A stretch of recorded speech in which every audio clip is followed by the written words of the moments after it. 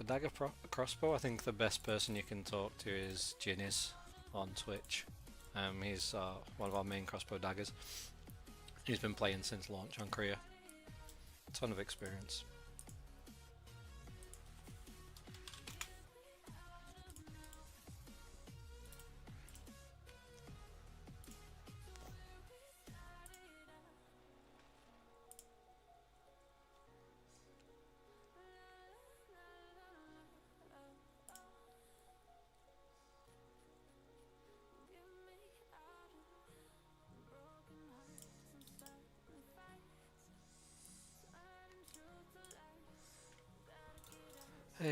Things I need to do.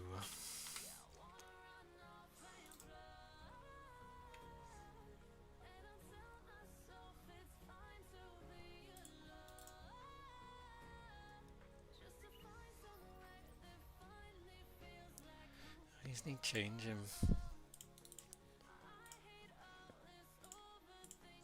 Can I still do it? This build.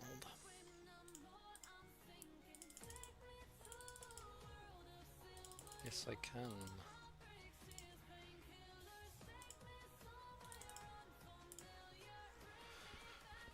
With Bloodlust.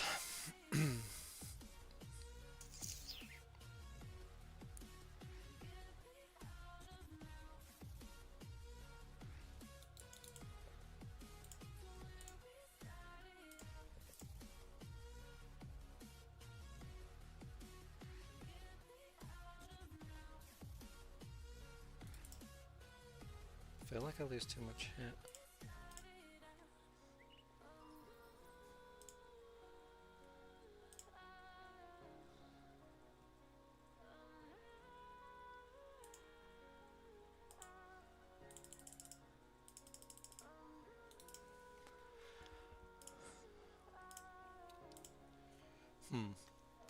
Just looking at builds at the minute and seeing what I want to do to finish off tier 1, but there's not a lot of wiggle room. Not a lot of wiggle room.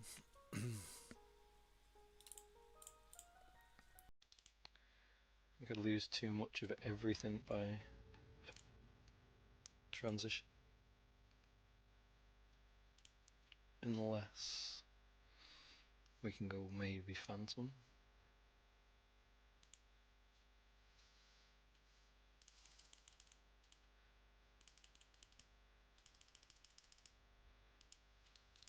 Might work.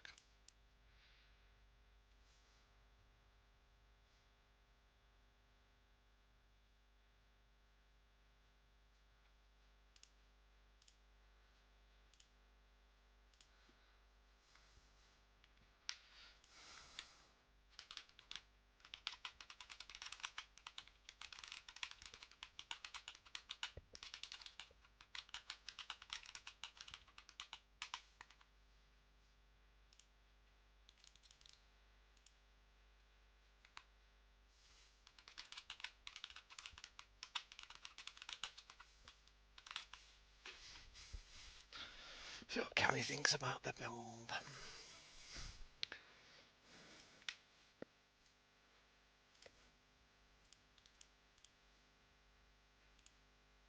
Once we get access to 2-star dungeons, I'm debating double Phantom, double Shadow Harvester, and dropping a bit of health, about 700-800 health, but picking up some more evasion.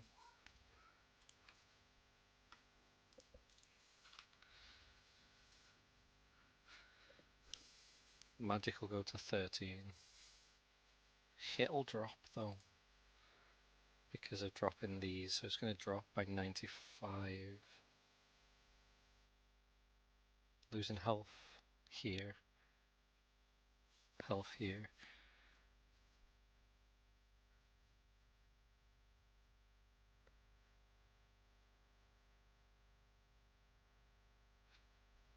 I don't think there's an option up there for hit.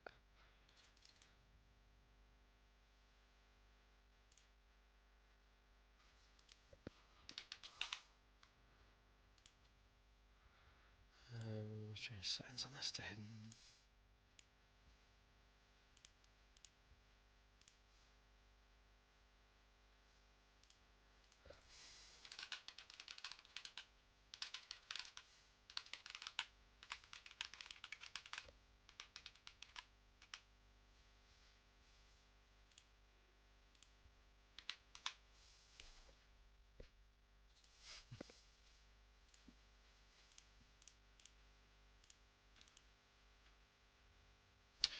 No, they're not all max. That's one of the things I'm going to do today to max them. So these are the skills at the minute. So there's some that I need to sort out, and I've been prepping to get them sorted, but this won't be enough to do what I need to do today.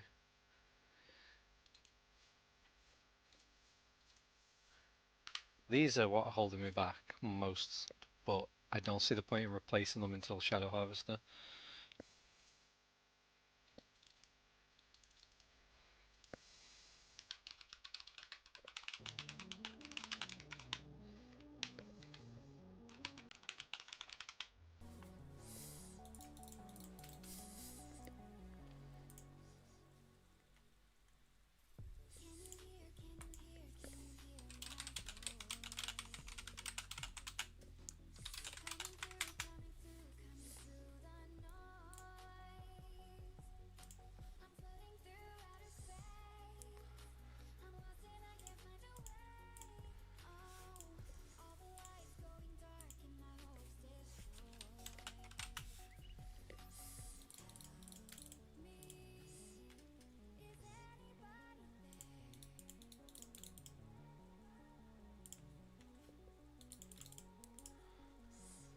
my build gone? What was I just doing? This one.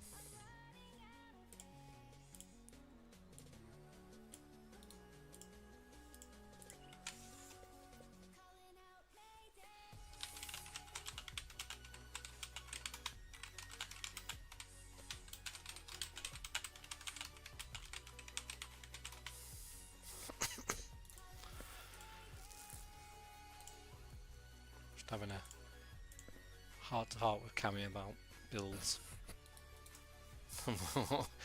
What to do going to the end of tier 1.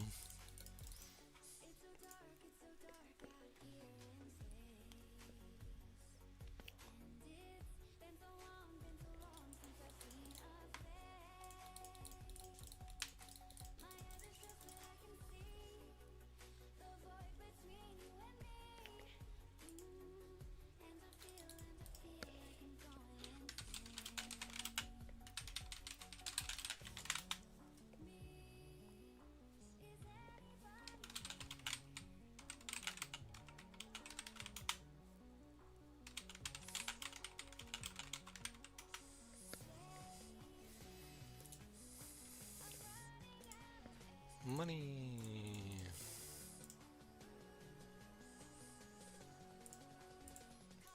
200's not bad.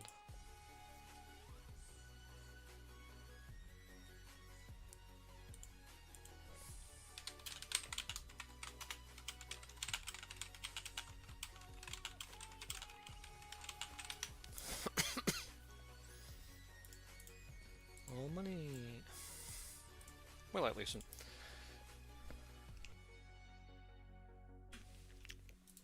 Free Lucian's the best kind of Lucian.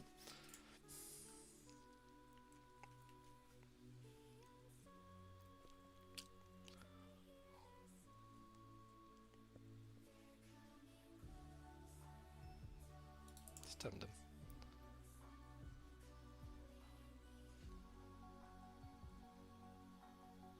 Those are tempting.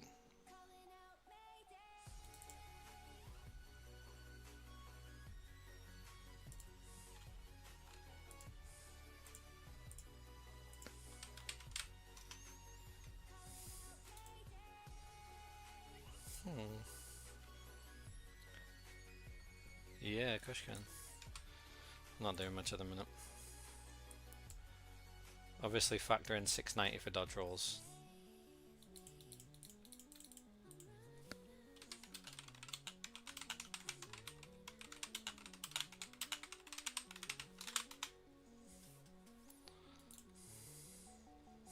It's depressing. Great sword fodder. Non-stop great sword fodder.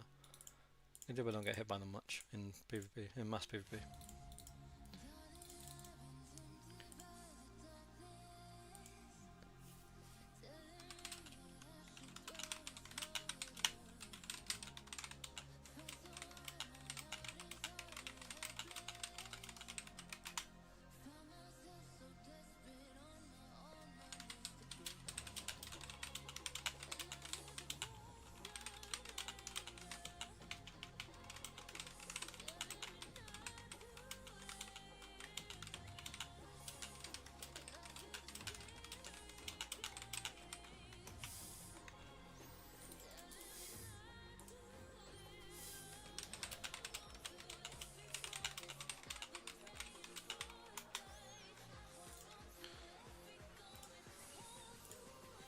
See a total of 1-4. Wow. We'll take it. We'll take it.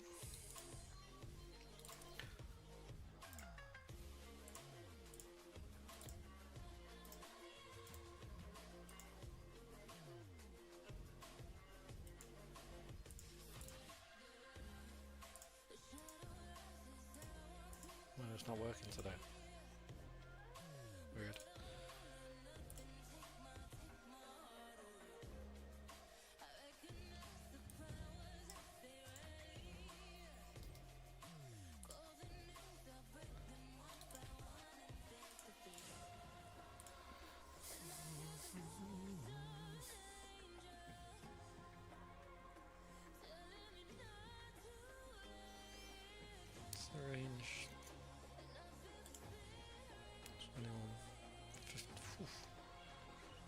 disgusting.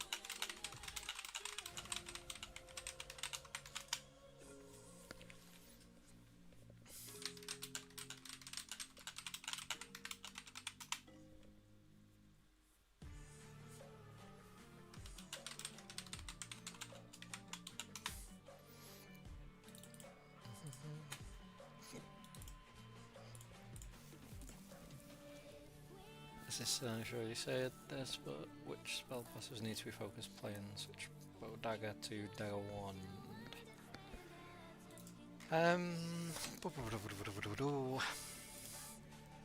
Anything that's 5 here, or anything that's above 3 here, are needed, desirable. That's why they're above 3. Everything else goes to +3 first, and then to 5 afterwards. There's very little on dagger that we need to prioritise, but you've probably already got some of these. But the wand skills are pretty much where they need to be.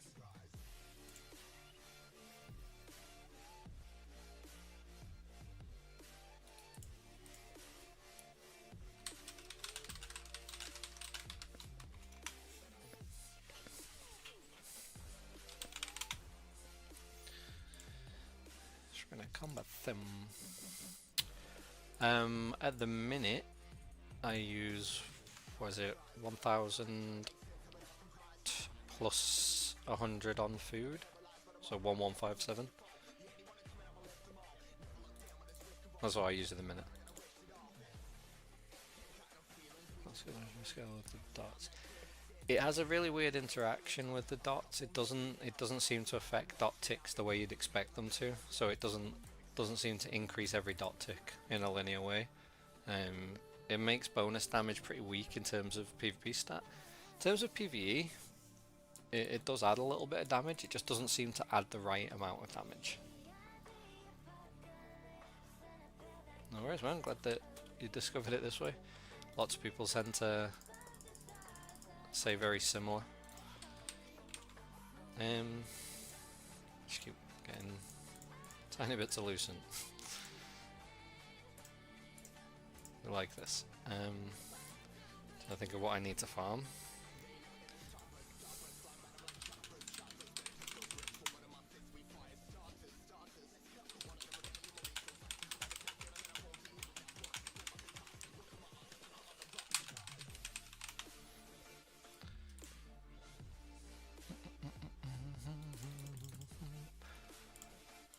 Sorry, the reason I'm not really doing anything at the minute, I'll keep skills up and stuff, is because I'm looking at some build stuff.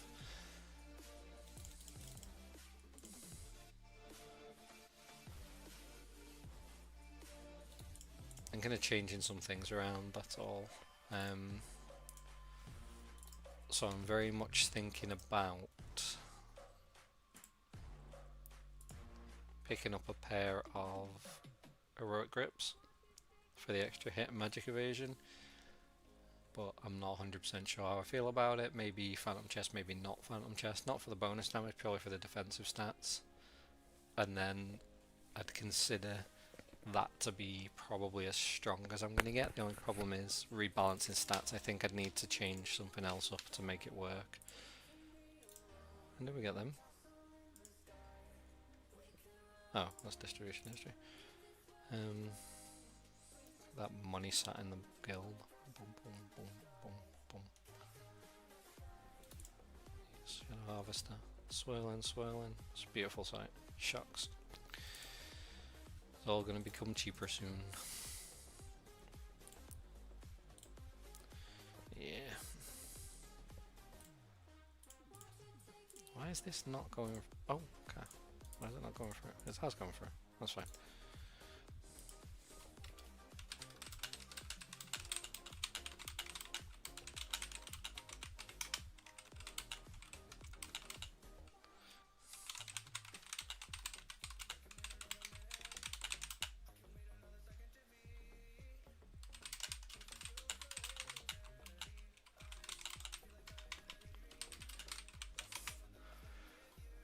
Here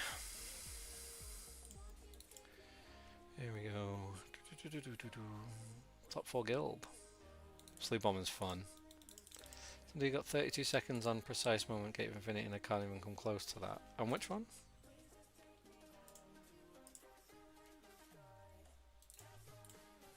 We've got, well, Cammy's got 22, I've got 33 on this, and 1 minute 18. I haven't done this one for a while, actually.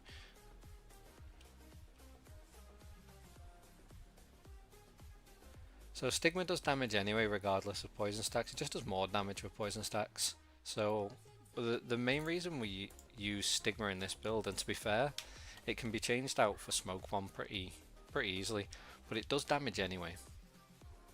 But it also does a 60% healing reduction on your primary target. So I'm confident that I will always kill that target when I Sleep Bomb, or 99% of the time I will kill that target when I Sleep Bomb, because I choose a weak target to spread from. So as long as I do that, there's no amount of healing that's going to save them. Oh yeah, we had Precise Moment, but it got screwed. Like, for some reason it reset for us, like, last week. Really weirdly between the changes, and we got a different one. Yeah, we got the statue one, but we only got it for 24 hours. It was really weird. Really weird.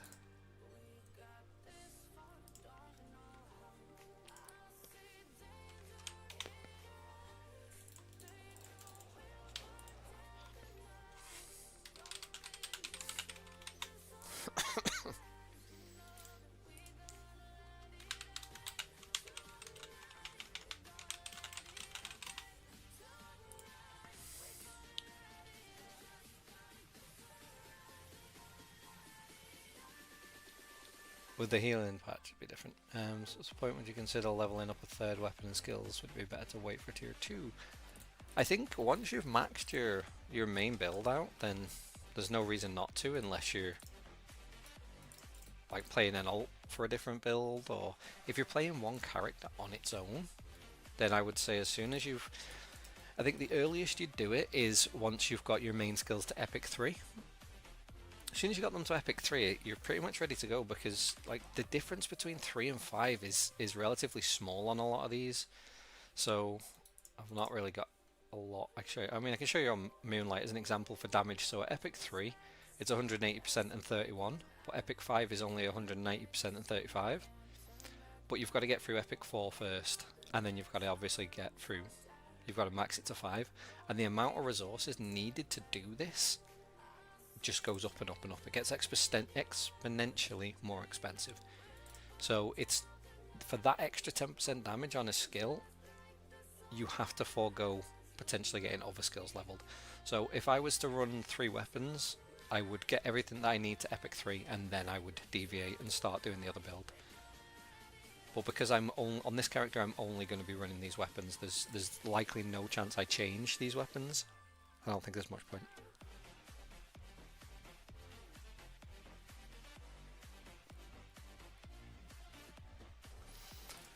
Yeah, this build is very much focused around doing your job, but also getting back out and surviving.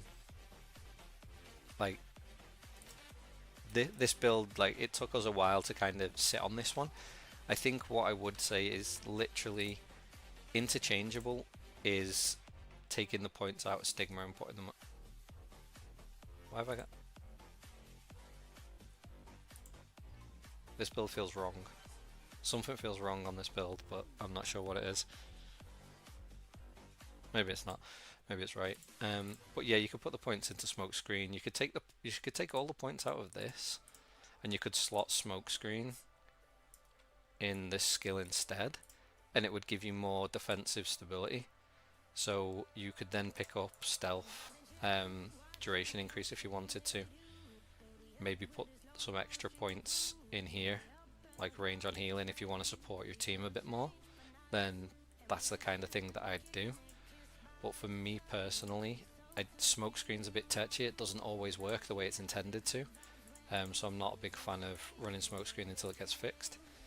And I like Stigma because I like the ability to just get that extra burst of damage off that comes after the Curse Explosion. Because there's nothing more disgusting than seeing your target survive with like 2,000 health or 1,000 health. It's literally the most disgusting thing in the world. So the way that I combo is pretty much always the same. I will get a dot on somebody from the outside. I'll run in, I'll sleep, I'll spread the sleep into circle, redot, stigma, and then explode. And then when the stigma goes off.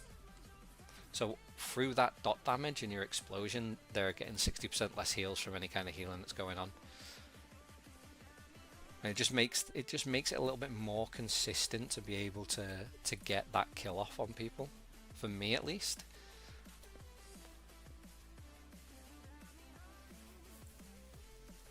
The reason that I don't play this, so I think what you mean is this Shadow Escape. Jesus Christ, you have to sacrifice a lot of points for Shadow Escape. So the reason I don't like this is I tend to over spam, and the amount of times I will go in for a sleep and I'll teleport back before I've even got the sleep off. So I'm back at the same place I'd normally be anyway, so I might as well be where I am. Because I'm not really getting any effectiveness out of it.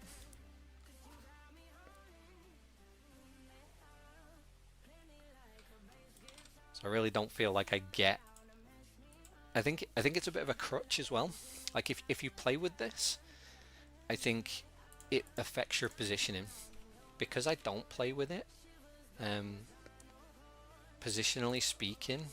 Didn't know I had 5 points left.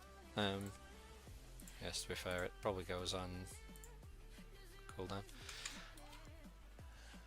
I feel like it's a bit of a crutch. Yeah, so I feel like because I've got the extra range of Tevin, I can play on the outside a lot more.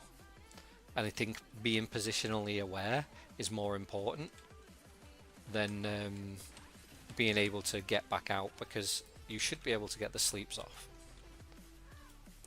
And at the end of the day, all it takes is a great sword to stun you and you're not getting back out anyway. Like, you're going to die exactly the same. Oh, die remove range. Aha, good catch. There we go.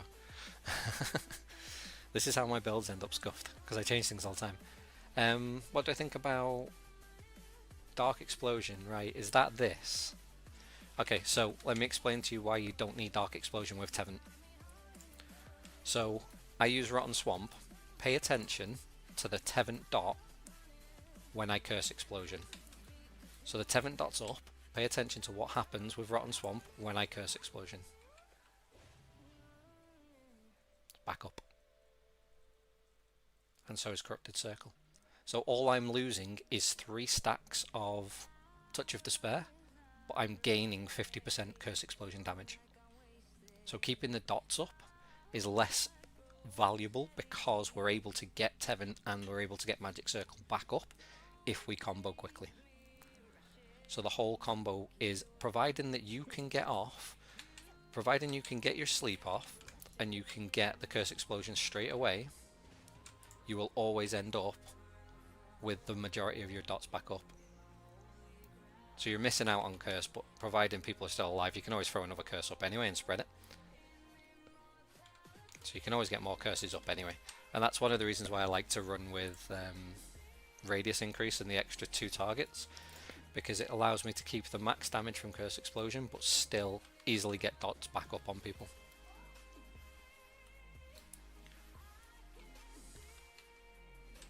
So literally getting big bombs off has never been easier than it is with Tevin.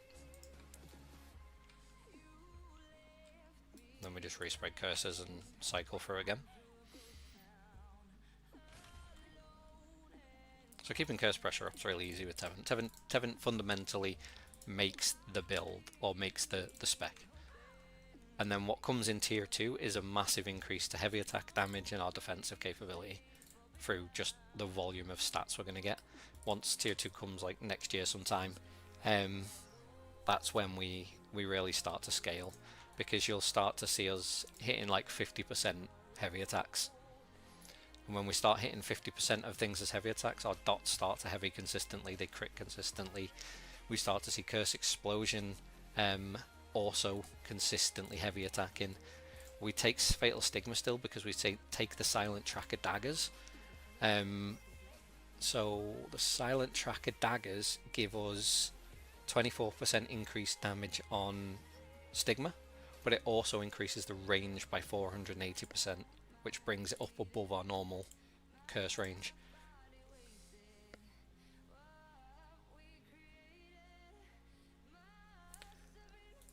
I have no bomb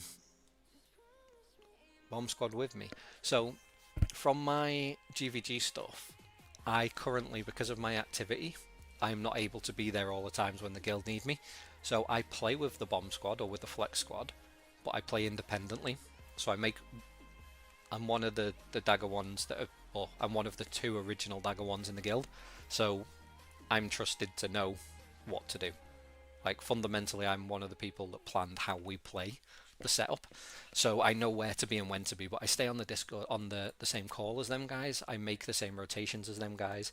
I just might not be in a group all the time. Sometimes I'll be out of a group. Sometimes I'll be in a group with 1 or 2 people. Sometimes I'll be in a normal flex or bomb squad group, and that's just how I play. Because there are times where I might not know if I can be at a guild event until right after it kicks off or just as it kicks off. So it just makes it a bit easier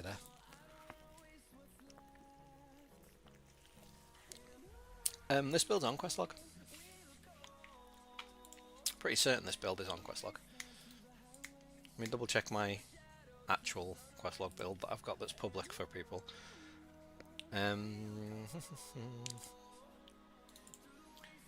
Skills. Pretty sure this is the same one that I've got.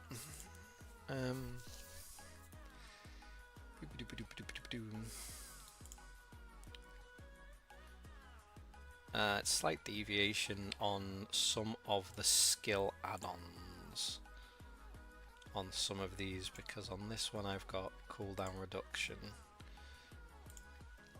got range, I've got, this one's not got rotten swamp. Yeah, this is the pre-Tevent build, that's why. So I'll take Decay and Touch off. I'll change it around to what it is for at the moment. I think it's this.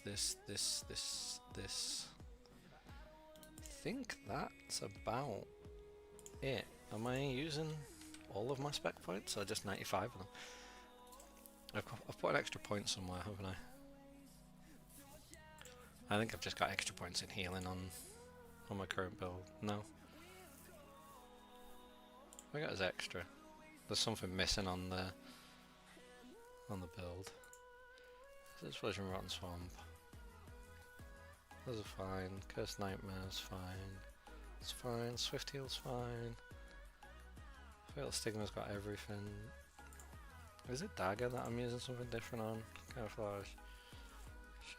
No. I think it's right, but maybe it's not. There's something missing on there anyway. I can see that there's something missing on there. There's an errand point somewhere that I can't kind of see at the minute that's missing from it. But yeah. Where's my stream gone? It's there. It's that one. In a guild, what would be the class priority that might receive the Tevent 1 drop? More important on S1? No. So, well, I think it depends on your guild. We always knew that it was going to 1 Dagger. Like, way before launch, back in Korea, we always knew that any Tevent wand was going to prioritise 1 Dagger, because they get the most value out of it. SNS wand gets value from it, but there are other options that they can use in a more defensive capacity as well. And in tier 2 they've got more options that they can utilise than we can. So from an SNS 1 point of view, their main thing is that they can set up sleeps and survive for long periods of time to get multiple sleeps and to heal, and be very tanky. Our whole idea is that we set up a sleep and we bomb that sleep. So for us it's a no-brainer that it makes sense that we will have Tevent wand, and that's why me and Cammy got it. At the time we were the 2 most active and most kind of reliable of the players, but now we've got some more 1 daggers as well.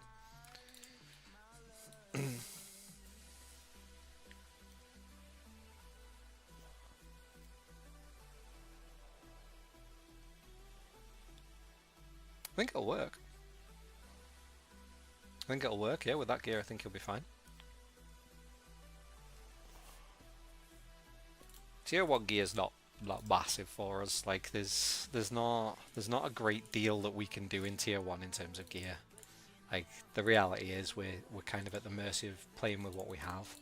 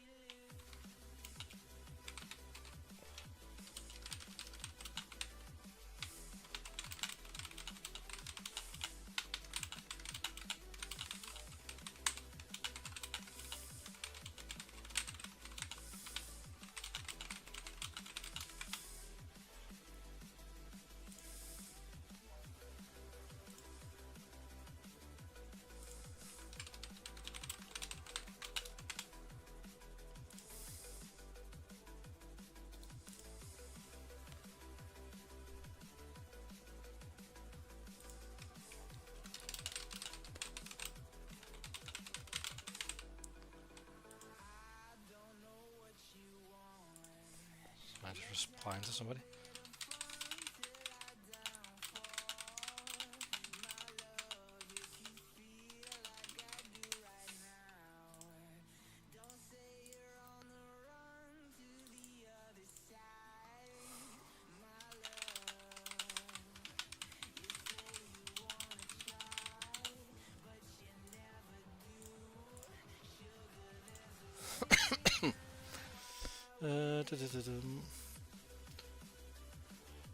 Yes, so when your dot crits, it increases the amount. So the way that Curse Explosion works is it deals the remaining damage based on the duration and the status of that dot. So if all of your dots were to heavy crit, and your dots were ticking for like 1200, and you just refresh them, it would do the full duration's worth of 1200 damage, which is why crit heavy is insane when it happens.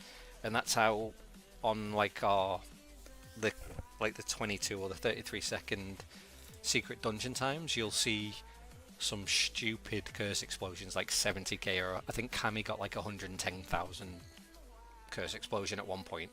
It's ridiculous. The damage just gets nutty with RNG. So when we get more reliable heavy in tier 2, it becomes more consistent and a lot easier to kind of play around. I spent way too many hours on secret dummies and stuff like on the secret bosses, trying to pay attention to the dots and the dot ticks to track when I got a heavy or when I got a crit to maximize my damage, but it just gave me a headache because it was just so RNG and inconsistent that I couldn't track it.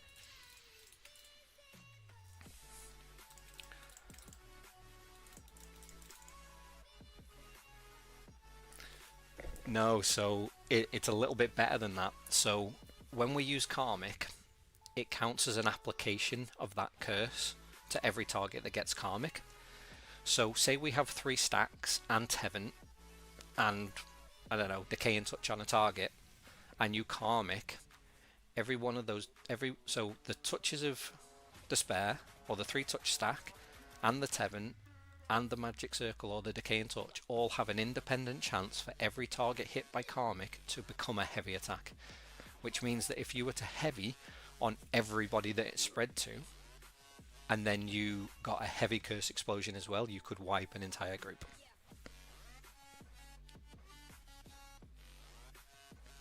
If you can get up to 44% chance, then you're getting there already. The thing to remember though is that 44% chance on your character sheet is not 44% chance. So this is where the whole argument for not pushing for 50 strength comes from early on, because it doesn't scale like that. There's diminishing returns on the stats. So the stats don't just scale as simply as 500 is 50%. I think 500 heavy attack ends up being closer to like 35 or 37% or something like that. The math's out there somewhere, I just haven't got it to hand. But it's not what you think it will be. So just keep that in mind. But if you can consistently get to decent enough heavy attack, you'll see a huge amount of damage increase. The only problem is that Decay and Touch, every time that you apply Decay and Touch, it counts as a reapplication.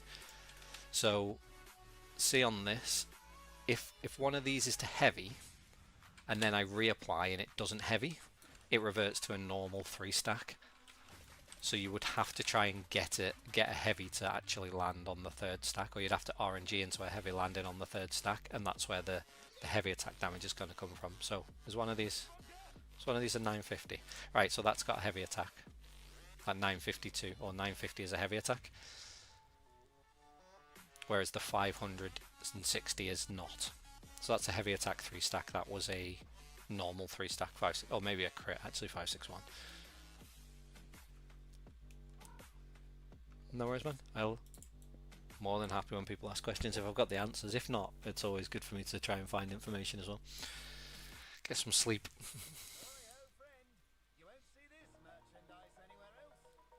Yeah, I think before Tevent, Decay and Touch scales better. It does more damage.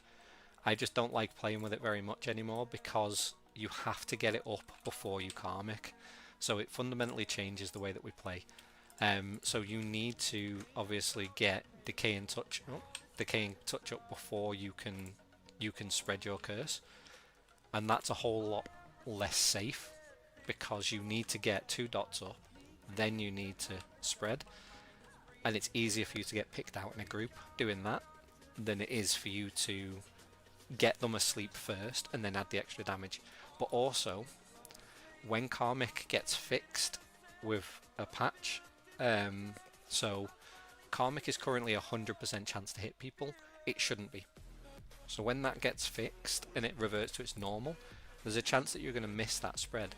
But also, if you miss that main target with your Decay and Touch and then you spread, nobody else is getting...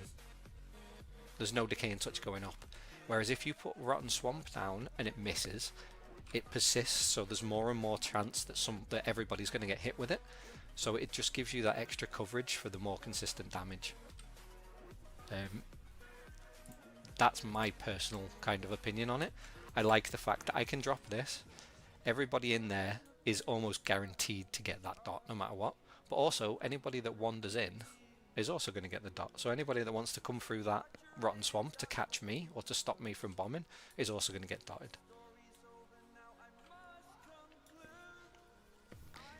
Nicks from the Korean server. To be fair, I think the vast majority of nicks that came from the Korean server make up a very small portion of the guild now. There's been a lot of players that have kind of rotated in, rotated out, and just not playing anymore. There's a lot more people in nicks and Nikes now that haven't played Korea than there are that have played. It's not a full veteran guild by any stretch, but there's obviously that wealth of knowledge in the Discord and in the guild that really helps everybody to learn. Right, I'll be back in 2 minutes anyway, I just need to go sort something out.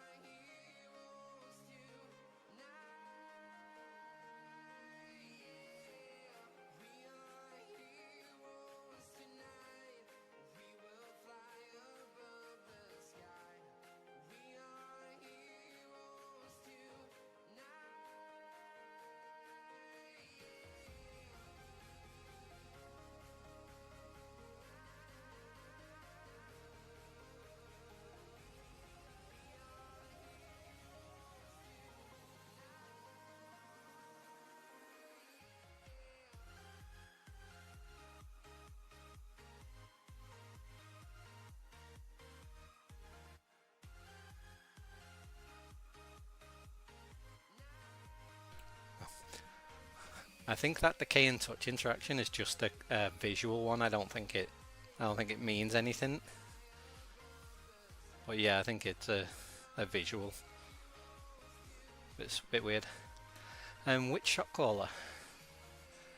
So we've got two shot callers. So we've got Spree, who's the one that you hear for my flex group, and then we've got Etsu, who you'll hear in the background very rarely because we have him on low, or I have him on low volume because I need to hear the main ball's calls, but mostly I need to hear my flex calls. But Etsu's the one that you hear come out with comments like at the end of the Bellinder fight, I just want to see death and despair. You just get random glimpses of greatness coming through that are hilarious.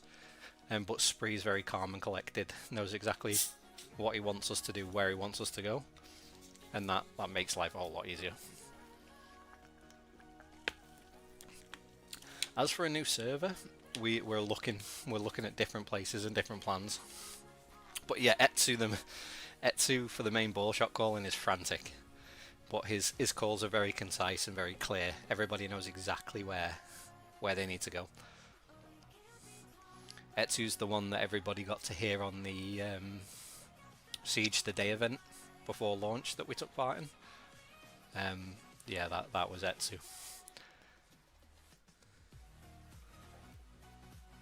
Flex is like it's weird, like to hear the difference between Flex and the main ball. So the main ball is purely coordinated by Etsu.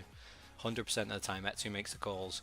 There's no communication, or there's no real two-way communication except for very few people that speak, which keeps it very clear, and the main ball will just follow their instructions. Whereas Flex, you'll hear us talking a lot more conversational. Like we talk to each other a lot more because we need to be able to make those little calls, like I've got a greatsword on me, or I can heal you out of range, all those other things. So a little bit different, kind of a different mentality as well. Different playstyle, different mentality. I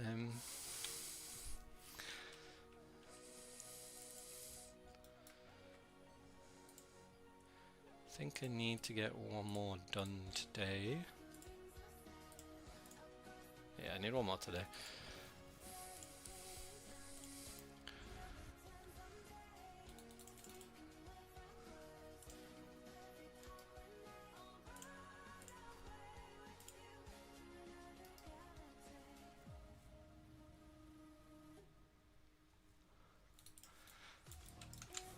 Yeah, our flex group is very, very, very, very coordinated.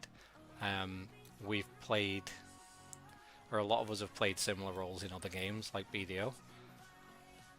So the communication between us is really good, but it didn't come overnight. It's took time, it's took effort, it's took patience.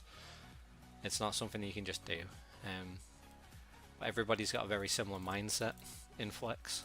They know what they're there to do, and we have to get a lot done with less people than we should.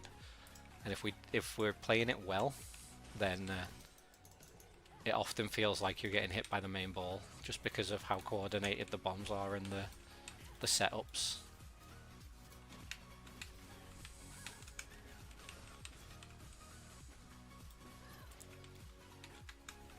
I think a good flex squad is underrated.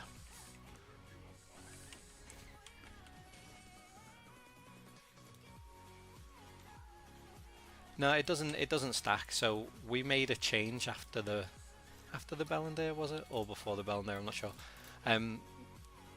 Our flex squad doesn't normally run that many 1-daggers. We have reserve 1-daggers in case the mains can't make it, but there's no interaction where it stacks. I mean, the only thing that has a similar interaction is if we're bombing the same location, then obviously we're all going to get damage off on that location, which is going to feel like you've been hit by a lot more. But the main reason that we have multiple 1-daggers is sleep coverage. So me and Camille often sleep separate sides of a ball when we hit them to try and get that full coverage. And we'll sleep and we'll bomb different sides, because the idea is we don't want, if we're taking a fight as 12 people against 40, we don't want 20 of them left running around, because 20 of them should be able to kill us. So we have to make sure we've got good sleep coverage. And that's the benefit of the multiple dagger ones, is that extra sleep coverage that we get. But me and Cammy are very good at realising who's got to sleep and where they've got to sleep, and either chaining the sleep or pushing past the group for a deeper sleep, or getting that extra coverage.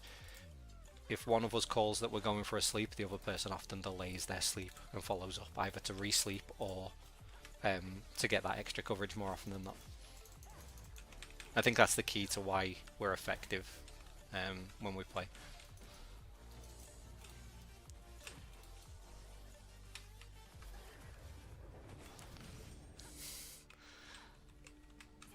I think you'll be the third person that's asked me that today, if we're going to Lightbringer. Nobody's made a decision yet as far as I know. We have a couple of things that are up in the air on where we're going and what we're doing and what the plan is, but there is nothing set in stone at the minute.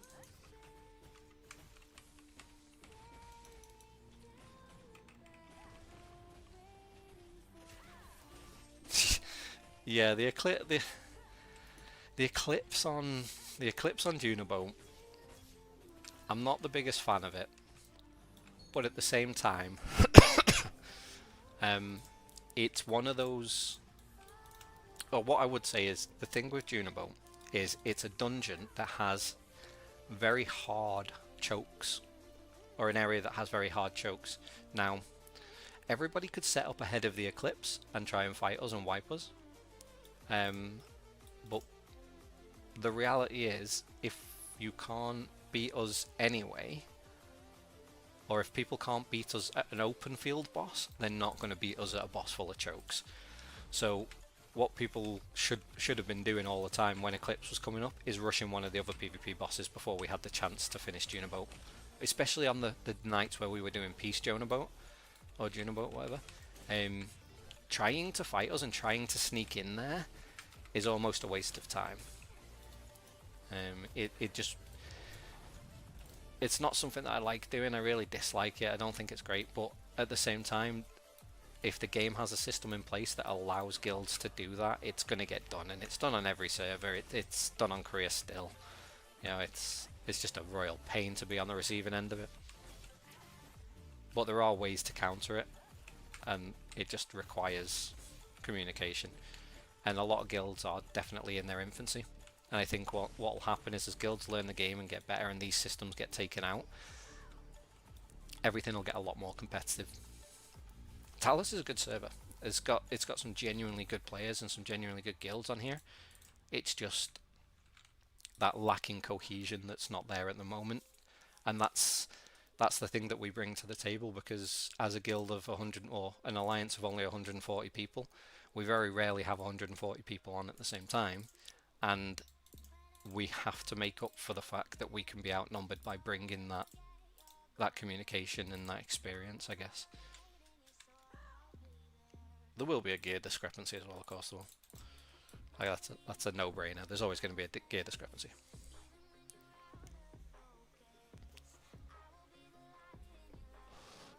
Oh, was that was that when I was playing around? Like, were you one of the two guilds that were fighting each other? And I think I just ran in and slept and then ran back out and just started being a nuisance. And then I mentioned that there was two guilds there, and they finished the peace boss and ran over to Cowzen. Shit, I've not got mana for this fight.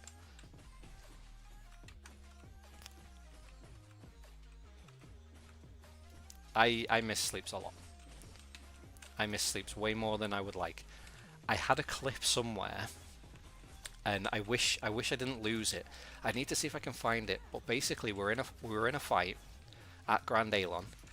We had 5-1 daggers, and I ran up and said, "Getting asleep." It missed. Literally, all 4 of the other daggers, it missed, it missed, it missed, it missed, and we were just wetting ourselves. We'd missed 5 sleeps at the same time. It was just insane. I couldn't believe that we'd managed to miss all 5. It was a great clip. I wish I hadn't lost it. I think I might still have it somewhere, but it was just to summarize what life is like as one dagger, and you just have to play around it. You just have to play around it. That's why we often use great swords to give coverage on the sleeps and to give that follow-up CC. because that's a bit more of a consistent. That, and we rely on the great swords to save our asses.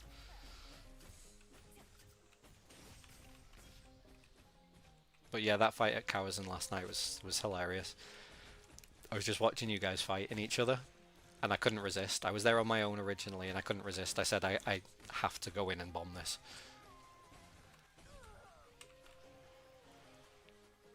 Shit, what killed me? I was looking at the other screen. Whoops.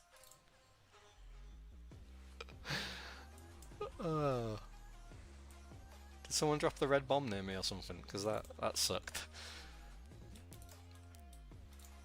I don't pay any attention to that. Won't be the last time I've killed myself on this boss though. But yeah, missing sleep is always a pain because we're a setup class. It's the same as a greatsword. Imagine if a greatsword missed all of their stuns. The damage output just drops to nothing. But the sleep doesn't impact our damage like it used to. So sleep used to increase the dot damage people took by 100%, and it got nerfed because of how insane it was. But if a greatsword misses all their stuns, then the damage drops to nothing. And we're very similar because the sleep gives us the safety to get that damage off on groups of people. If we don't get the sleep, we don't get the damage off in the same way, and it sucks.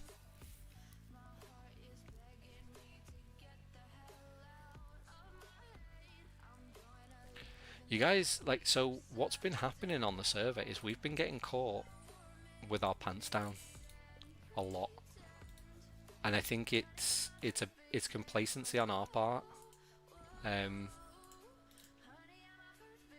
a little bit of underestimating the numbers and the strength of people. But there's been a lot of times where we've said, like, the guilds are showing up now, and they're showing up with gear, and they're showing up with numbers, and they're able to actually make us fight, and that's making us rearrange things a little bit and rethink a lot of what we're doing and try and be a bit more efficient in what we're doing. And that I think that's the mark of a good guild, is learning. Like, if you learn from your experiences, any guild can moan. Like, any guild on this server has any right to moan that they can't get to bosses and they can't fight world bosses, because as a single guild you're not going to stand a chance. And even as a two-guild alliance, most two-guild alliances will struggle without time to build that communication to compete. But I think what you guys have kind of got the benefit of is, as time goes by, you're starting to see more of us, and because you're starting to see more of us, I'm experiencing it a lot, where I get singled out in fights. I get singled out, Cammy gets singled out, we're getting shut down a lot, and we're not able to run free like we used to. And it's making us better players because we're having to adapt and overcome that. But guilds are also learning who our shot callers are, who they need to target, what they need to do to cause us issues in fights. And the more that happens, the more difficulty we'll run into. And that's what's going to make the guilds on the server better, is learning those little things. Because I know a lot of people like to think there's not very much skill expression or anything in this game, but personally, in terms of PvP games, I think this has a lot of depth in that sense, because there's a lot that you can do in the game to influence fights.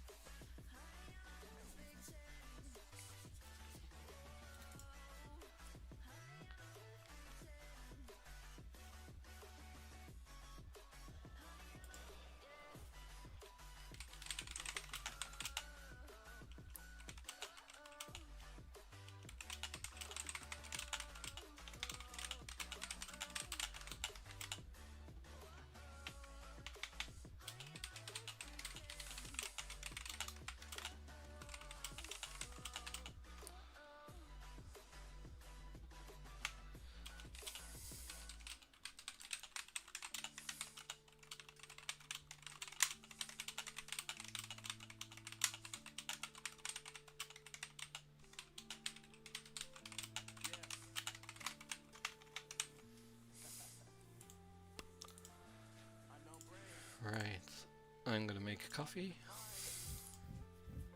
and be back in a minute.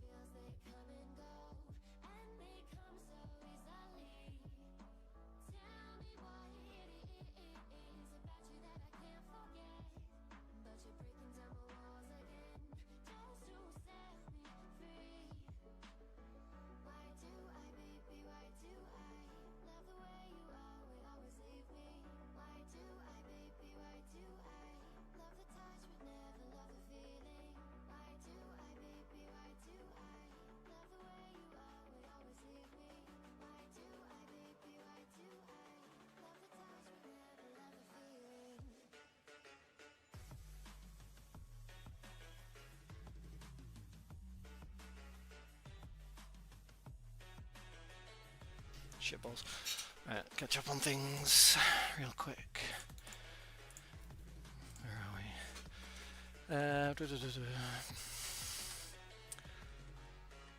we? Yeah, don't tell them to start looking for me specifically, that's not fair. Everybody looks for me as it is. Yeah, ask away. Any questions you got about that video?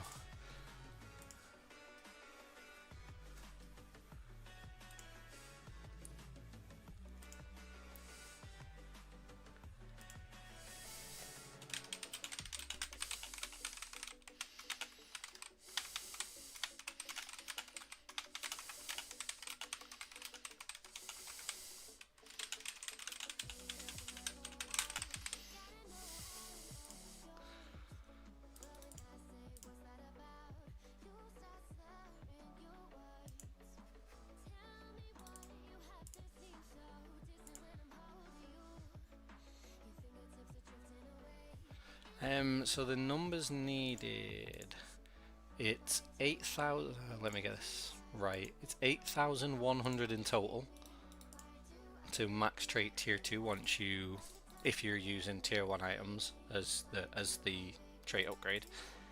You get 1,320 for a fully traded item with no extra blessings on. Yeah, you need 900 times 9. So with the whole chaining principle, you'll get 1,320 for putting your main piece of gear into the one that you're stacking blessings on. When you finish stacking blessings on that piece of gear, it should have all of the traits maxed out, which will give another 1,320 when it goes into tier 2, leaving you needing 5,000 something, whatever it was, to go into to actually build onto the item.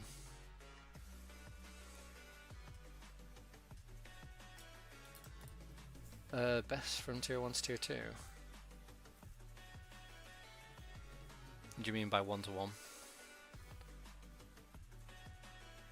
I mean, I think depending on how the market is at the time as well, there's an argument for delaying blessing stacks in favor of using T1 items to blessing stack on the T2 itself when you get them, because you get 80 blessing per fail from a T1 into a tier 2.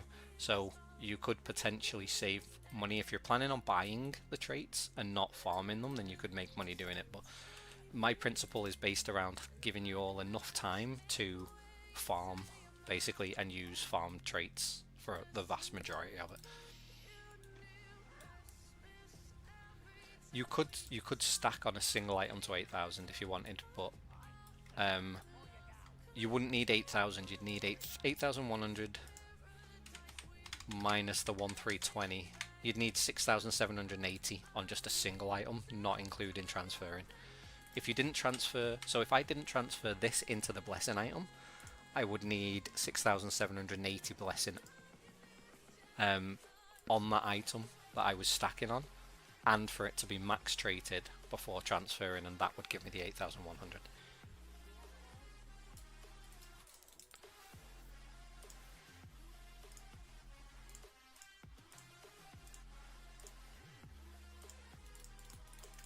Quite an interesting thing because there's quite a bit of leeway in what you're doing and how you're doing it, so it's quite cool in that sense that you can quite easily manipulate and tweak things and do what's best based on your availability of resources or funds or whatever it is you're choosing to do.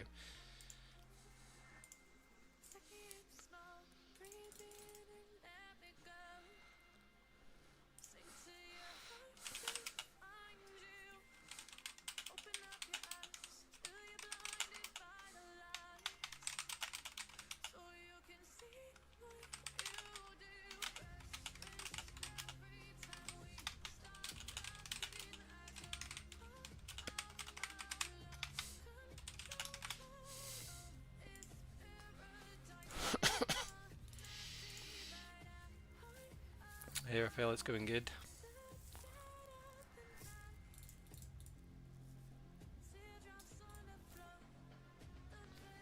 Go for... Yeah, you can ask me about the build, go for it. Single item, I'm going to 8,000 plus another single item. Oh yeah, sorry, I get it now. What you mean? Yeah, when you transfer blessings, you don't lose any. Yeah, so it's 1-to-1 ratio. When you go from tier 1 to tier 2, it's 1-for-1. What you've got on that item goes across, plus a sum total of the traits maxed on that item. So a fully traded item is 1,320. If you're missing a trait, it drops down by a certain amount, and I'm not sure if it's 450 or not. I mean, what's what's 1,320 by 9? 146. So you get about 146, 147 blessing per max trait on the item, in addition to the blessing stacks themselves.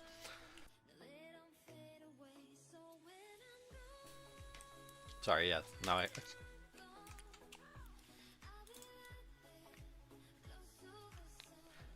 it would be very cost efficient.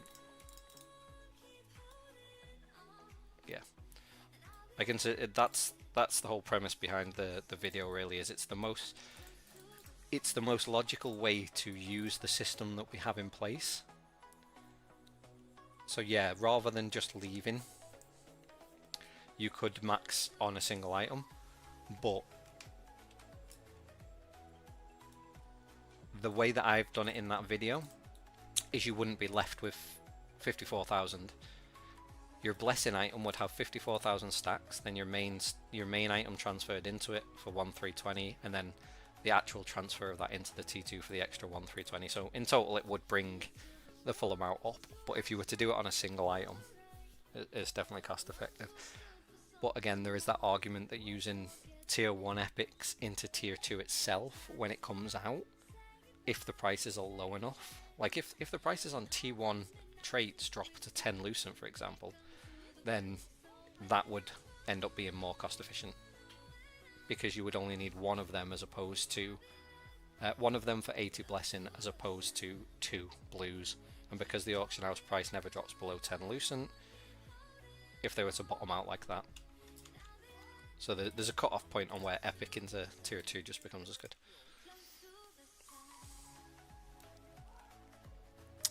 Well, since I'm working on SNS Energy is third, I found I'm thinking about using Swirling Boots and Bloodlust Belt.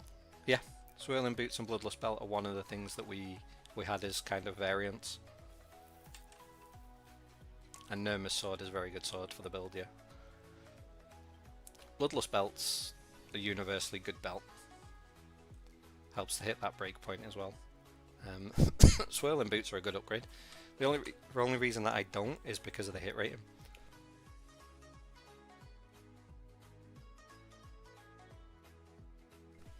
I'd sacrifice too much at the moment. But yeah, it definitely works. I mean, Swirling Boots are a pair of boots that I was thinking of switching in. And for PvE, using Swirling Boots, Swirling Head on this build is really good.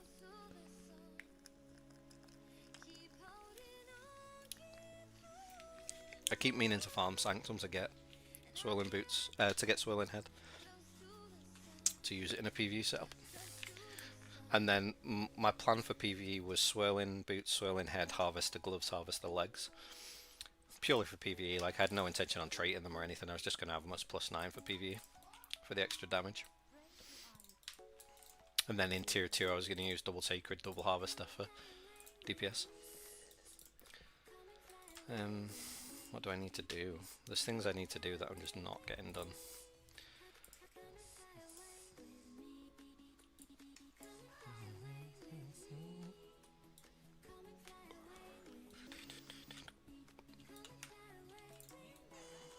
I do kind of want to switch my gloves, but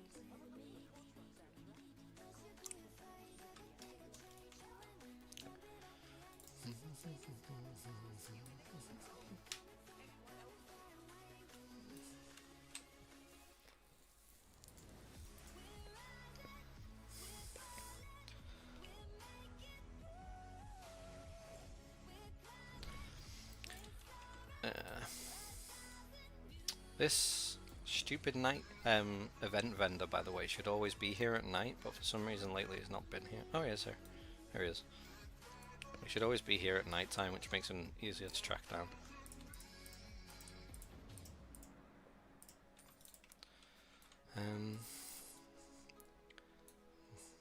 I need to move that again. I always look for it up here and it's never where I think it's going to be. I did. No worries. I'm hoping so too. I'm starting to get all the trolls coming now. I think I'm going to do a... I'm tempted. I might do it anyway. I'm going to do a video to show kind of my Steam wallet and my current gear and stuff, probably when I get to 3800. Because apparently I'm a whale that has no life and all of these other things. But the most that I've spent on this game has gone into cosmetics. It's gone into this costume. This costume in the battle pass. I don't know why. It was a fucking waste of money. But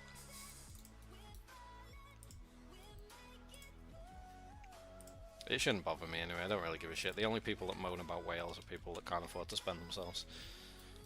It comes from a jealousy premise.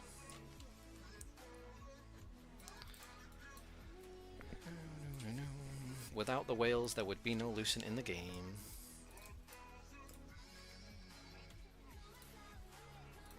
Why have I not got that equipped? That's very dangerous to not have my gear equipped. I have made some mistakes with this before.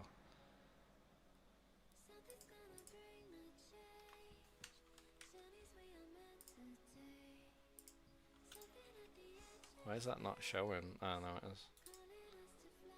Everything's locked.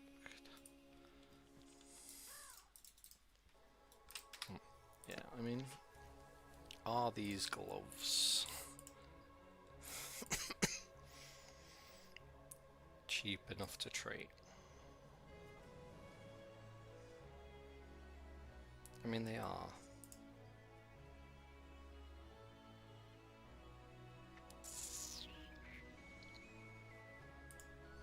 Not sure where I'd make up the stat. I guess I'd drop to 60 and bump to 40 maybe.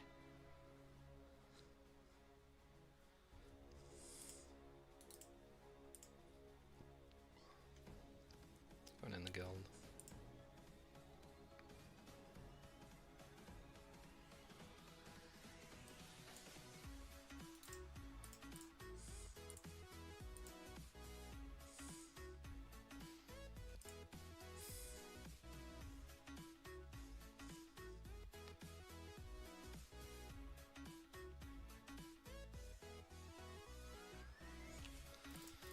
Yeah, I think that's why it bothers me, is that I don't like being called something I'm not. Like, I have no issues telling people what I've spent. Like, it doesn't bother me in the slightest. And my purchase history is 160 in total, including the pre-release pack. So, if people consider that a whale, they have much bigger problems in their life than a computer game. But it also helps that I put a little bit of money away every month into launch, like £10 every month.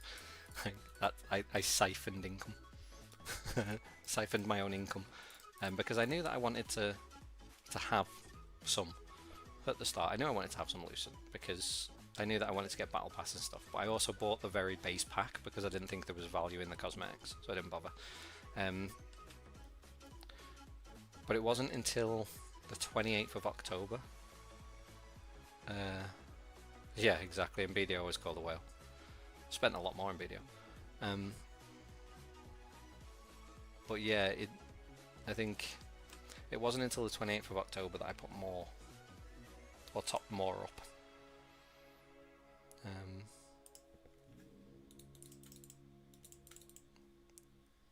But I was already geared by that point.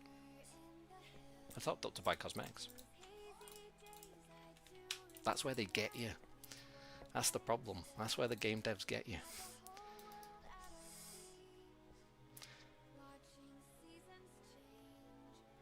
That's the thing, yeah, like even if I do a video that shows it, somebody will say that you went to G2G or somewhere and you bought from a third party. And that's the problem, like nobody will ever accept that somebody can do what they can't. And I think that's the take home, isn't it, really, from anything. And it's the same in all walks of life. It's the same in in your day-to-day jobs and stuff as well.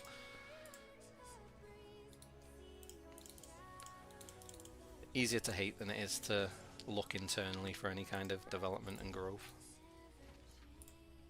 I should be a guru.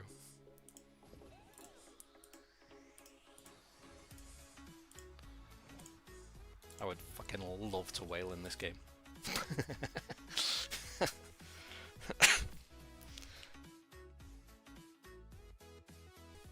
Yeah, I think the problem comes from me trying to reply to all comments. I like to reply to all comments and be nice. I should just ignore it. I'm too petty for my own good.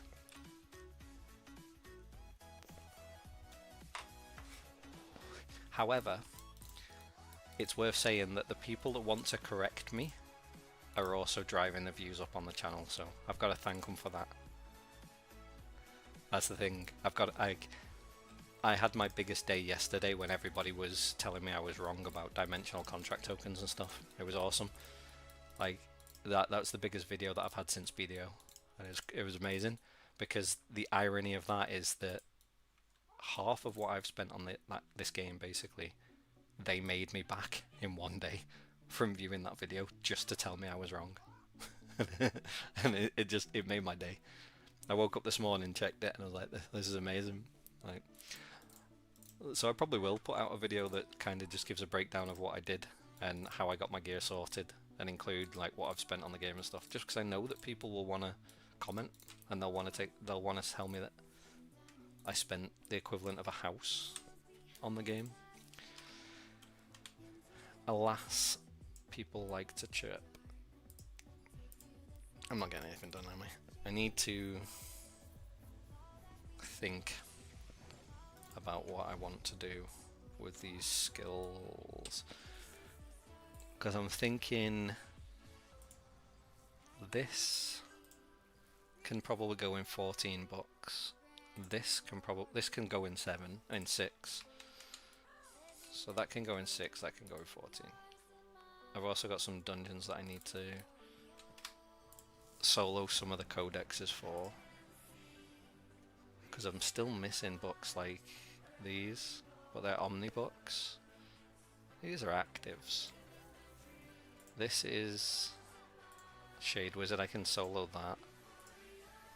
I can collect that. I can get that. In fact,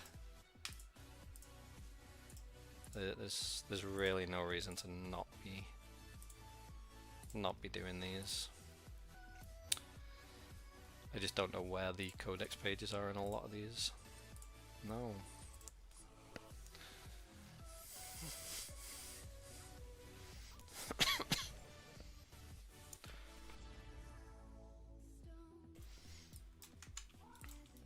Yeah, I think the good thing about games like this, and it was the same in BDO, is that even if somebody was a whale, unless you put them all in a guild together, you can always compete.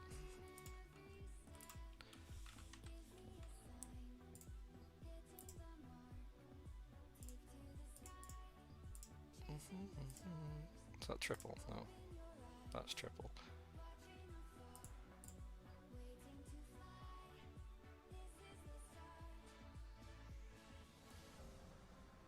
Don't need. I don't think I need it. I think I'll be fine without it, he says.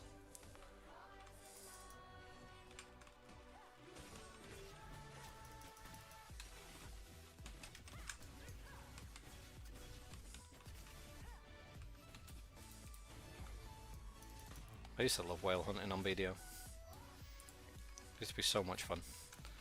You knew who the whales were, and once you could beat them, it was just way more fun to do.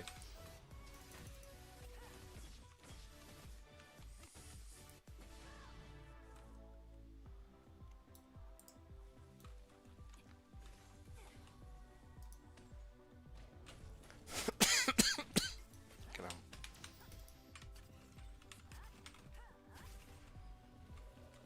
That was big.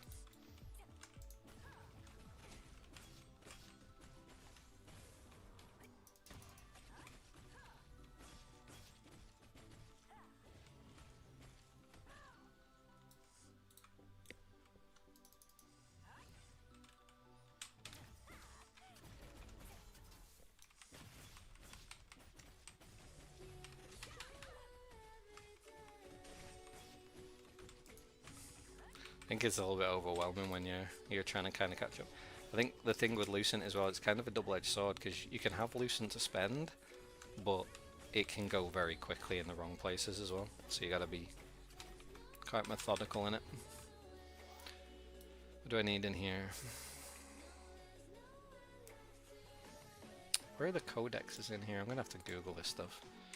Cursed Wasteland, the codex.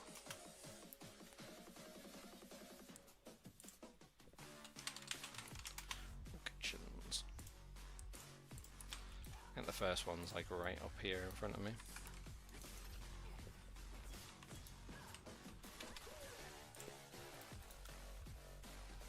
I've just walked into this, haven't I yet? And I've not put heal back on my bar.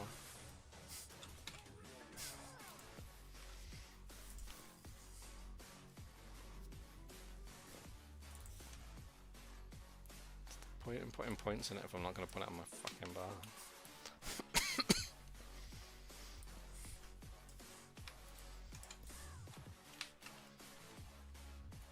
Ah, good catch.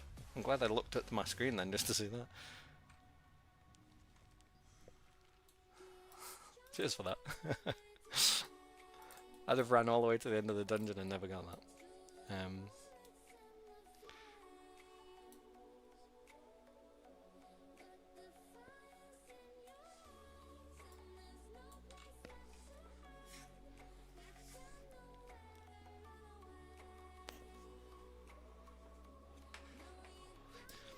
I'm going to change that build for people just because I think there is a cheaper option that you can run with your gloves that might be a bit better for people.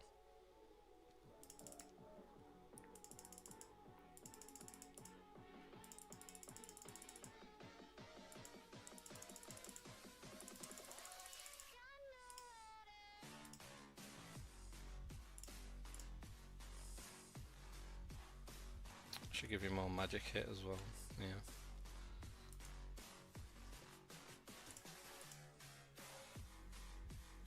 Sorry for anyone. I mean, the other build works fine. Like, you don't need to change anything. It works perfectly fine. There's no reason not to, but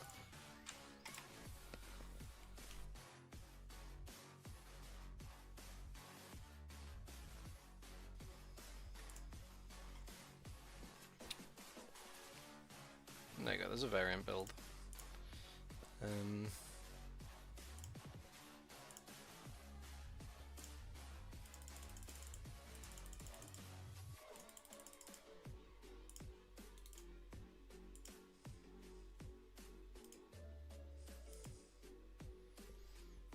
Cool.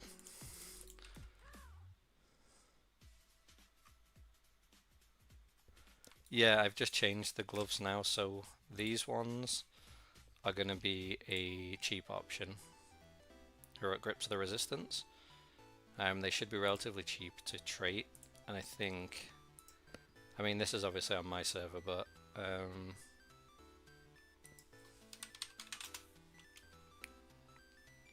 Heroic Gloves of the Resistance, no, not them ones. They were called Heroic Gloves of the Resistance, weren't they?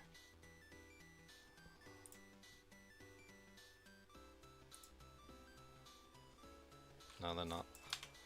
That's why, what they're called, grips. But you can also get these for 40 medals. There you go. You end up with slightly more hit rating. And it seems like the attack speed benefit we were getting from executioners isn't as high as it was originally. I'm not sure if they've changed something, but you don't seem to get the same benefit. It was reducing magic circle cast time by like 0.3 of a second at one point. Doesn't seem to be doing the same anymore, which is annoying. Because now I've gone back to using it in the build I want them. I want that reduction.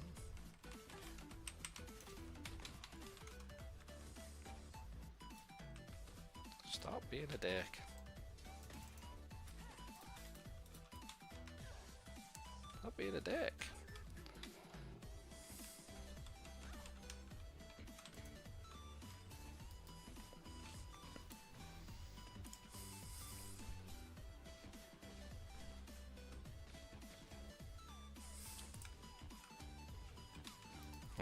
didn't have curses.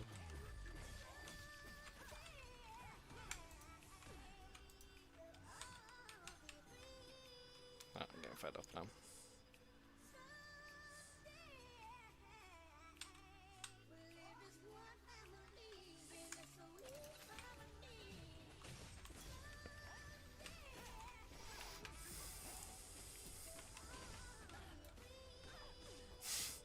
I hate this mob. Give me more hassle than most people.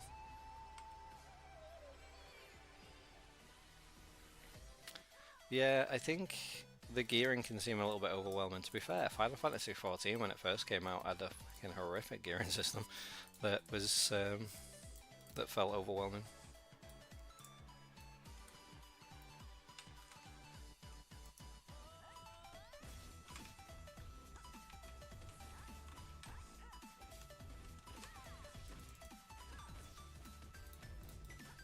I think once you get to grips with the system in Throne, it's not as complicated as it seems.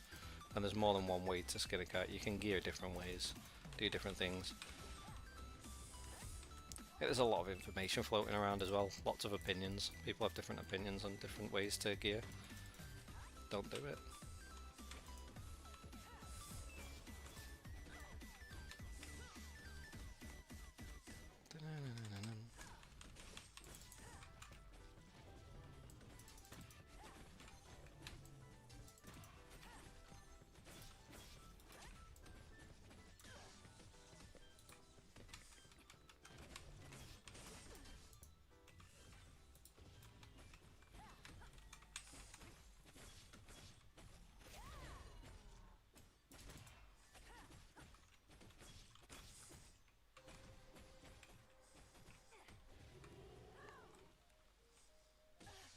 Fuck off. Looking at the minimap.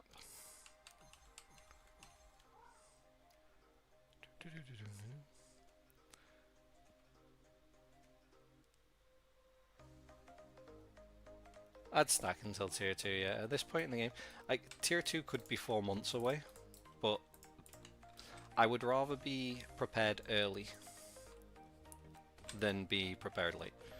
And I know that there's chances that you can do it cheaper if you wait, but at the same time, things are cheap enough now, and if you're just doing it from drops anyway, then you might as well be ready.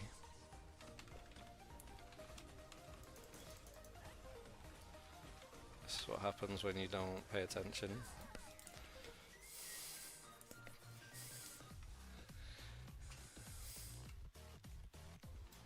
Yeah, I think in general, you should always be wary. Like, resources are finite in this game. Even when you think you've got enough of something, you probably don't have enough of it.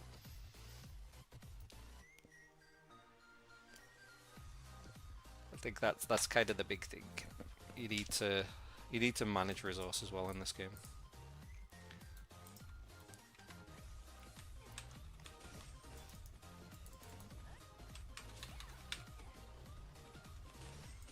Feels like I'm hitting really weak.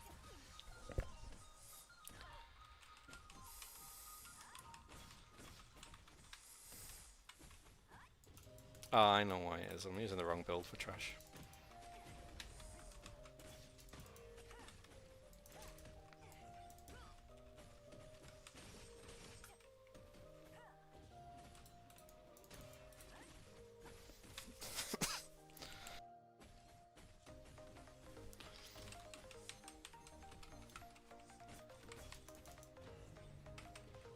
Yeah, I've done it before. I've spent way more than I should. Way more than I should. I need this build for trash anyway.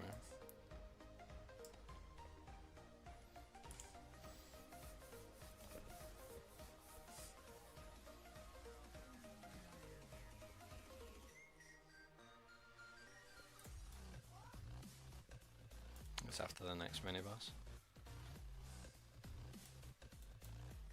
This guy's gonna pull me into that stupid thing.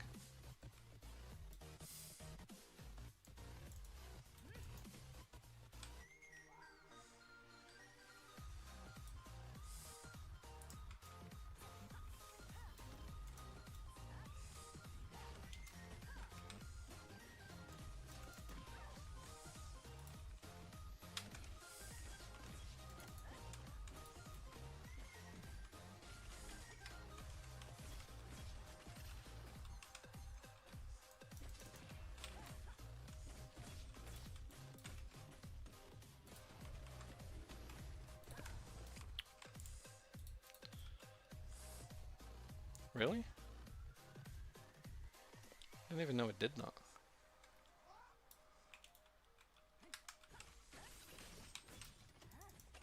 It usually takes me no time at all to get through this dungeon.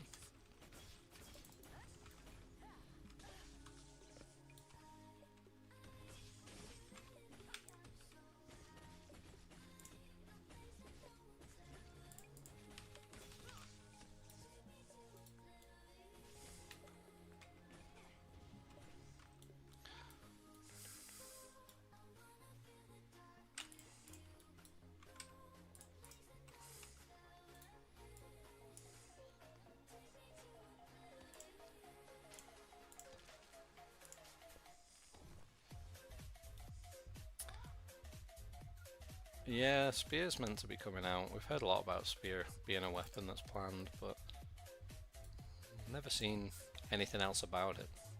Good concept. Makes sense.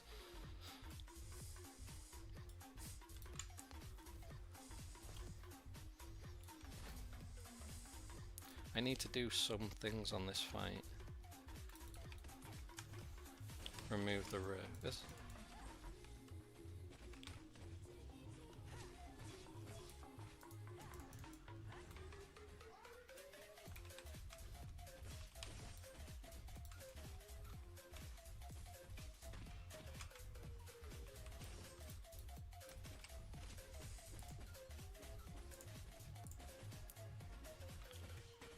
Shaikal's bind. Oh, is the bind the bind might be that thing on the last boss that you're meant to take down that I never do. Well, that's moderately annoying if that's the case.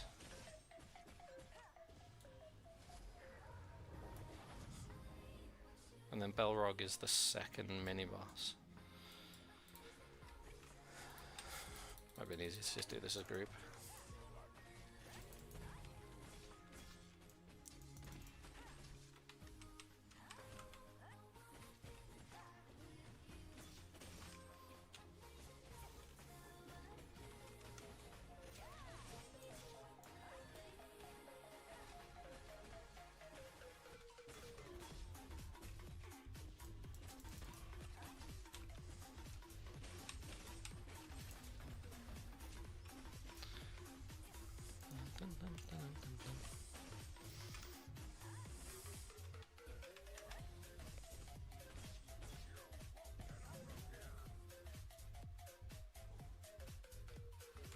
Oh, every time without fail. What a fucking idiot.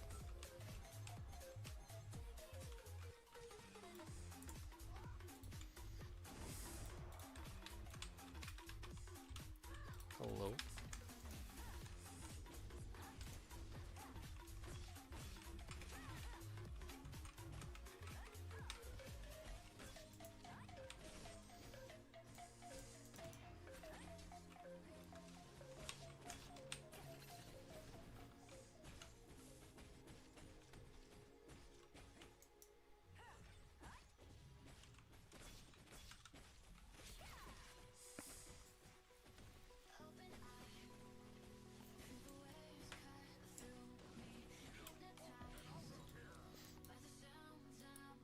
It could just be mentally competent and not die to this mechanic. That would be great.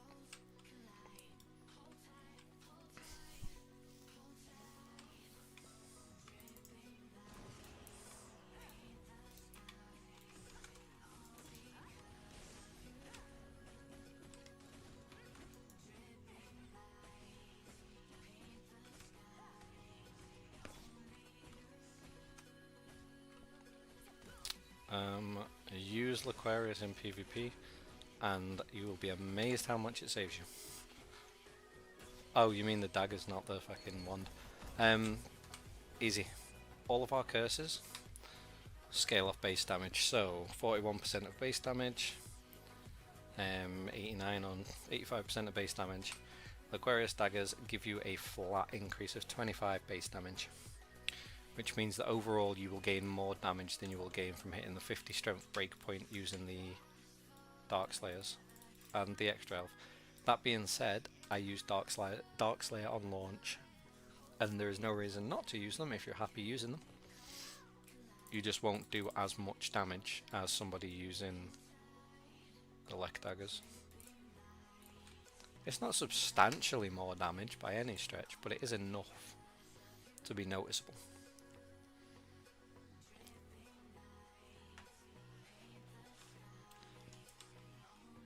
I'm gonna get hit by this, aren't I? Oh no.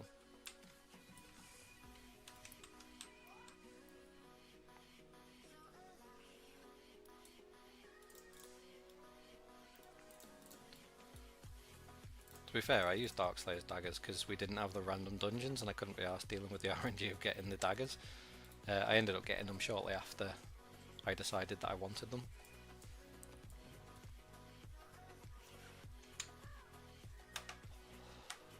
I need to remember to do this fight slowly because I need 6 more barrier breaks.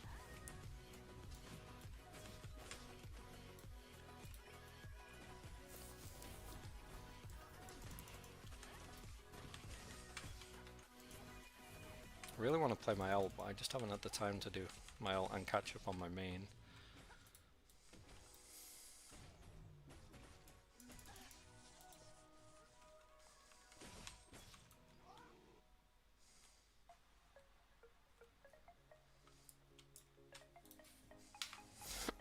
Like, I've got an ult that I actually want to play, not just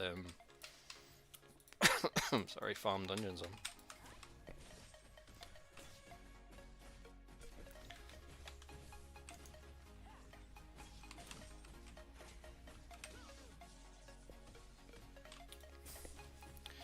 What do you mean the skills we need to activate it? So it activates on Moonlight. Every time you use Cleaving Moonlight, it activates.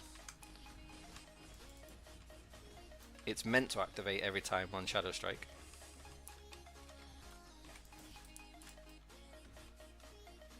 And it also activates on your dodge roll, that you can do at any point that you want to.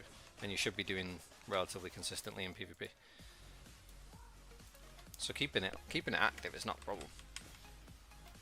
Like, see this one here? This is the buff. So every time I Moonlight, it's up. Every time I Moonlight, it's up. So in PvE, it's up 100% of the time. Because the cooldown on Moonlight is 5 seconds, and the cooldown on the skill is 5 seconds.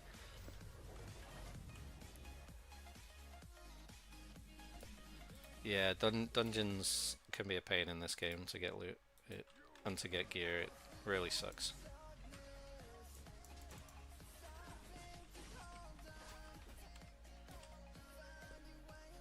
Yeah, it only activates on the return if you're specced into the return.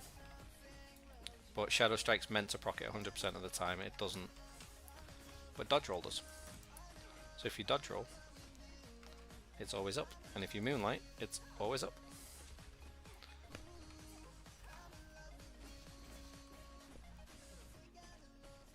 Yeah, 3 dungeons a day sucks. Really does. Whoa, calm down.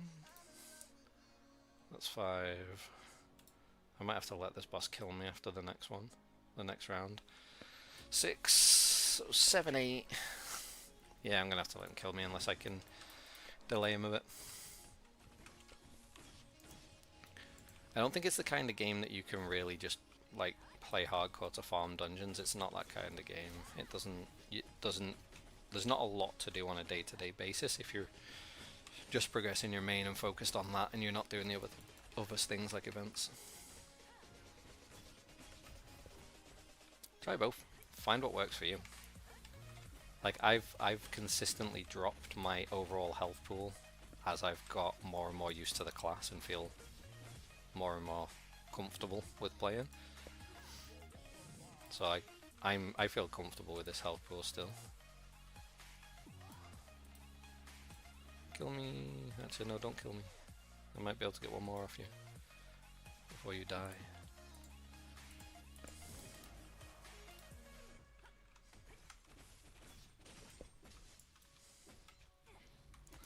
Yeah, one dagger's got some insane potential for damage output. Not sure if he does one more at low health if I leave him at low health for a little bit. if this is time-based. It might be time-based.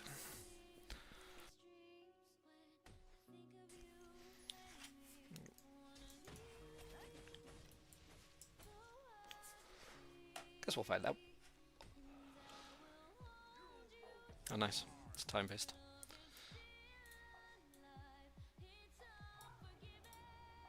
There we go. So we need 2 more of each resource, and then 5, I think it's the fight. I have to do some tetchy stuff on the last fight to get him to go all the way to 5.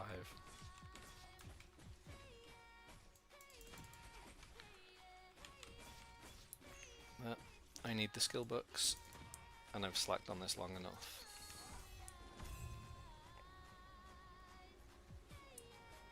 We need moonstone, fuck off, and star tree.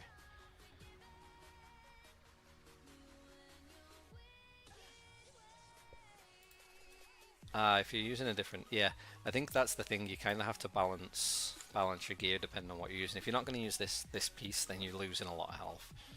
I think that's the beauty of the build, is it's interchangeable. You can rotate gear in and out as you need, and depending on what you get, there's no like rigid, this is the best build. There are options, which is good.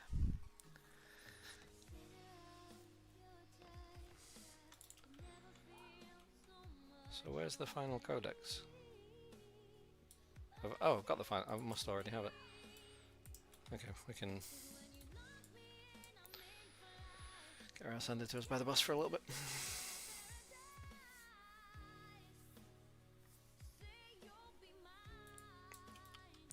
I can show you them, and you can rewind the screen and screen snap them. So these are what I use for PvE. At the minute, this is what I'm using for this. Show you these. Then you can rewind the screen and screen grab them yourself. For my farming build at the minute, these are the skills that I'm using. And the passives, or the skill specs. And then the PvP one I think is the most well-known one that everybody's kind of seen. And it's this build.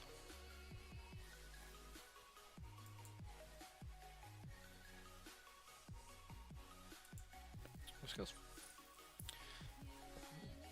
Dagger wand is just good at controlling fights. Controls mass PvP. Creates opportunities. Deals decent AoE damage, or substantial AoE damage. It's kind of a jack of all trades. Oh shit, I'm in the wrong build. Oh, this is gonna end fast. Can I just do these now? I can. Huh.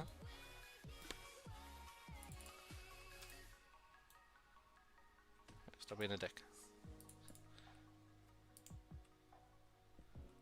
No, there we go. I'll add these builds onto Questlog in a bit before I forget. Every time someone asks me, I forget to do them. I don't even know if I want to kill this boss. I think it's a waste of dungeon tokens to kill this boss.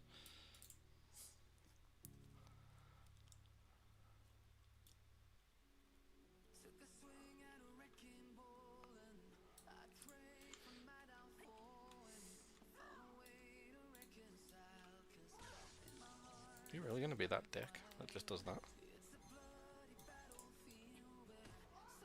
Is this what it does if nobody's in melee range?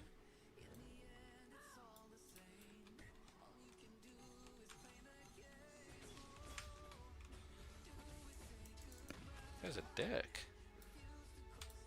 Alright, we're done. Kill me, please. Yeah, I need to remember to do it. That's one of those things that's so far from my mind when I'm playing.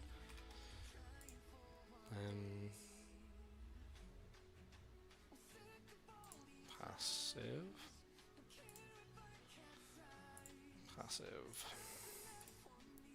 I need to do. I only need a shade wizard in there, and that's gonna be easy.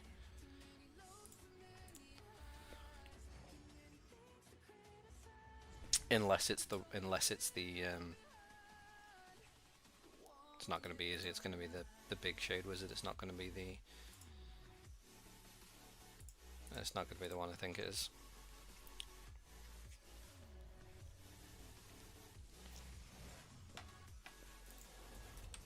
It's not going to be the one I think it is.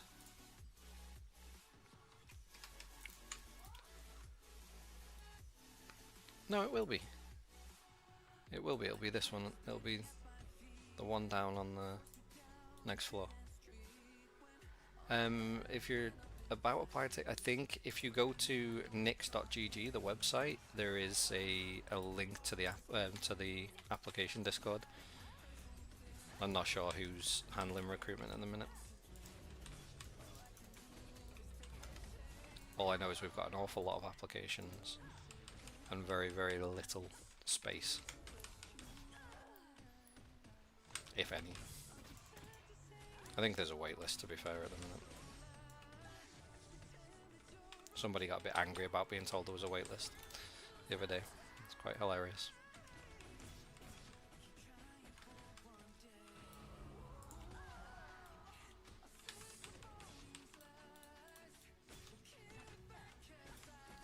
Tell you what we'll do.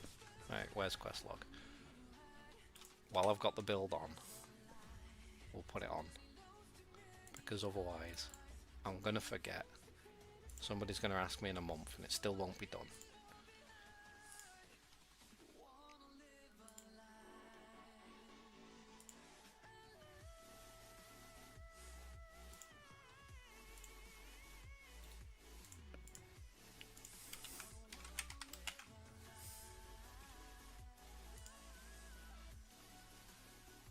How do I clone this build?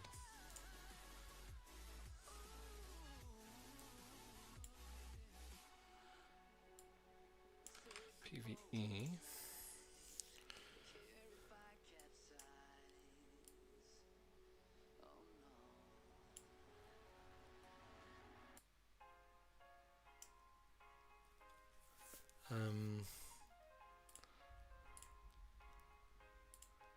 Try and take all the skills off and then remember how to put them back on.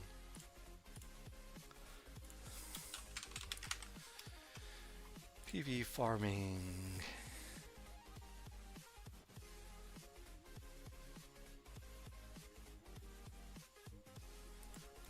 If you want books, you need to farm parchment and use the parchment to make the books. So parchment you're going to want to get from your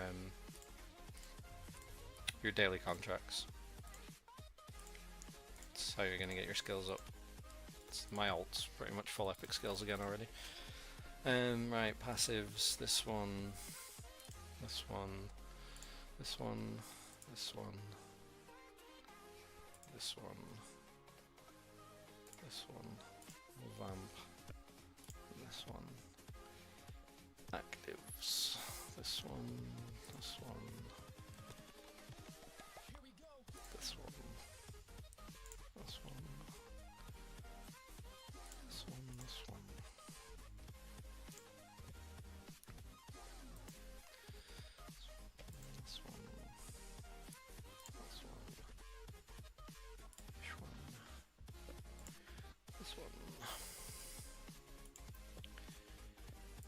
Specializations, nothing on poison.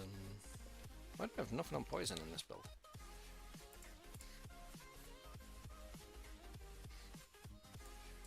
That is so wrong on so many levels.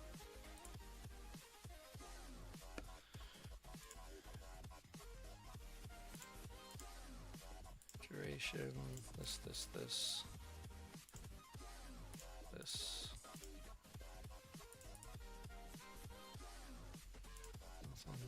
This is range. This is this. This is damage. This is nothing. This is consecutive attack speed poison. This is AoE, I think, in range. Yeah.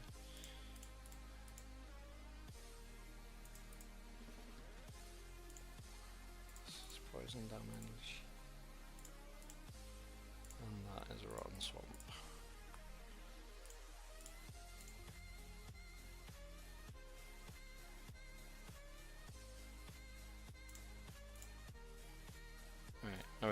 2 builds up so far.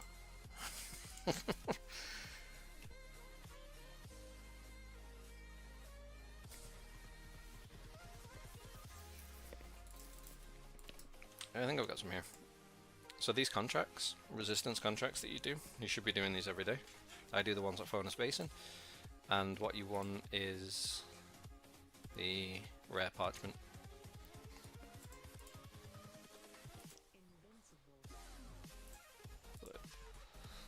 Sometimes you don't have a choice because you re-roll them, but you need Marins and you need rare parchment for skills.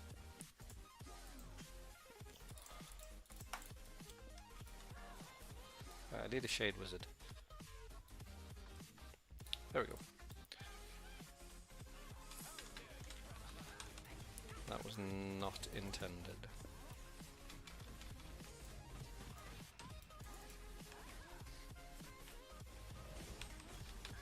Using the wrong build. Critical hit just doesn't scale well for us. It's nice to have, and it's good when it happens, but it's just not. It's not our biggest damage increase. Heavy attack's the big damage increase in this game.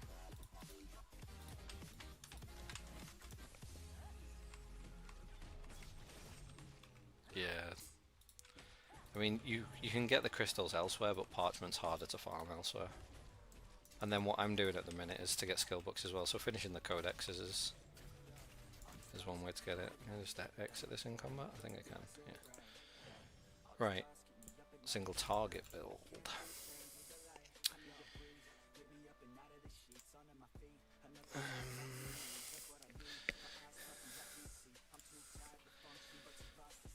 What was I using for single target these days?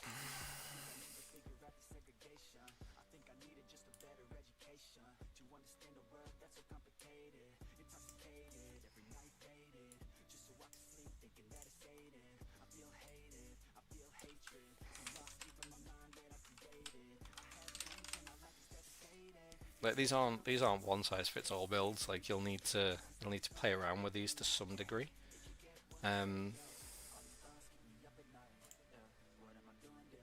Like they won't always work on like certain bosses, or you might have mana issues. You might not, but there's a high chance you'll have mana issues running these builds.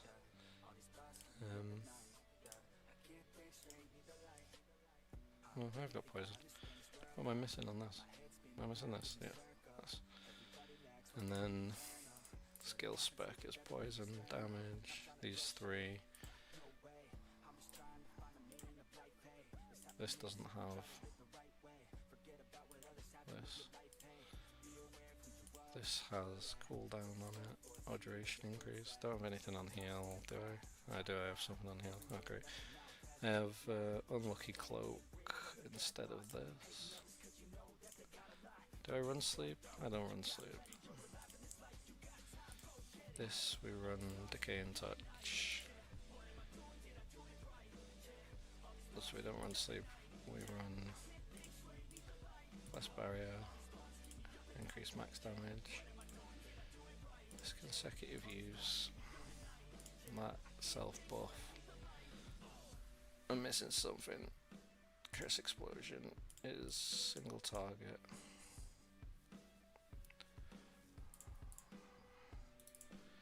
Brutal incision is poison. I think 95 is not right. There is something missing. There is something missing, there is something missing, there is something missing. It's going to bug me until I find out.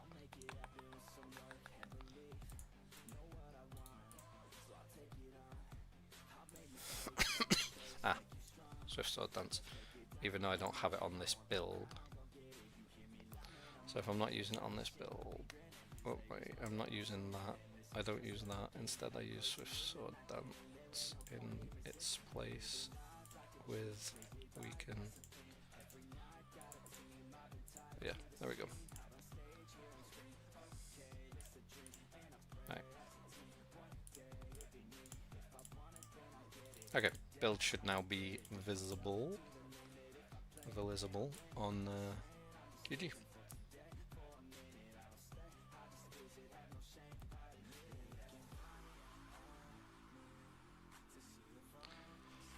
One friend told you that evasion is useless on Korean server. No, it's not useless at all. Far from useless. If the only problem with evasion is you have to be able to get it high enough to counter somebody's hit. So if you don't get your evasion high enough, it will not do anything. So the problem with evasion is it has to be substantially above people's hit rating. So a good rule of thumb is that if you have 500 evasion more than the enemy's hit rating, you have about a 33% chance to dodge.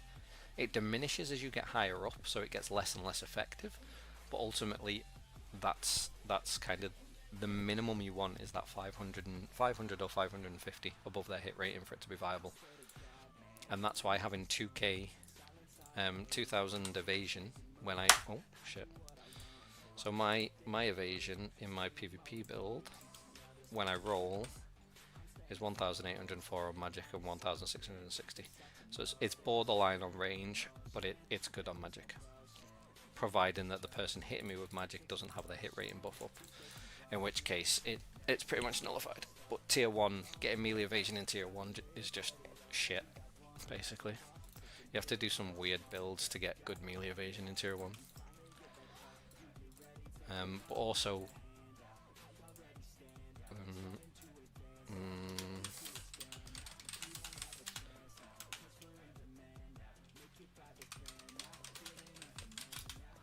well, let me see what Spray's saying.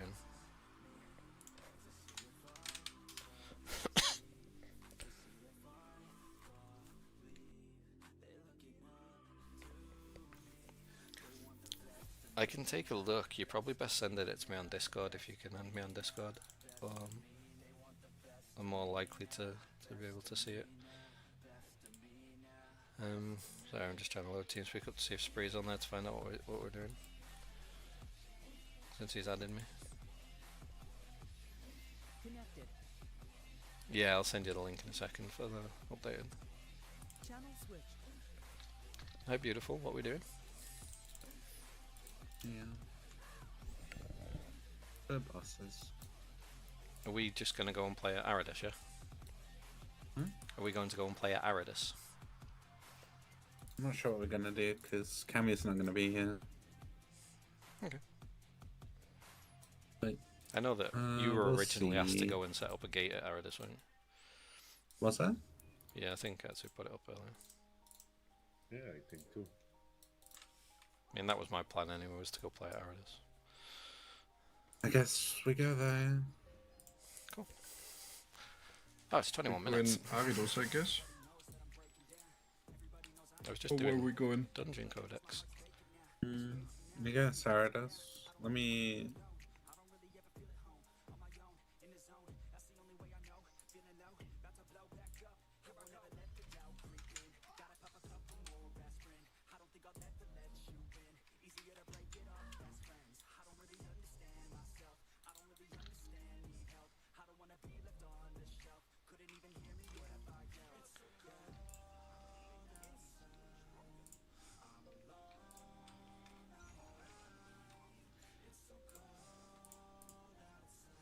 Hey, I finally maxed my dodge passive.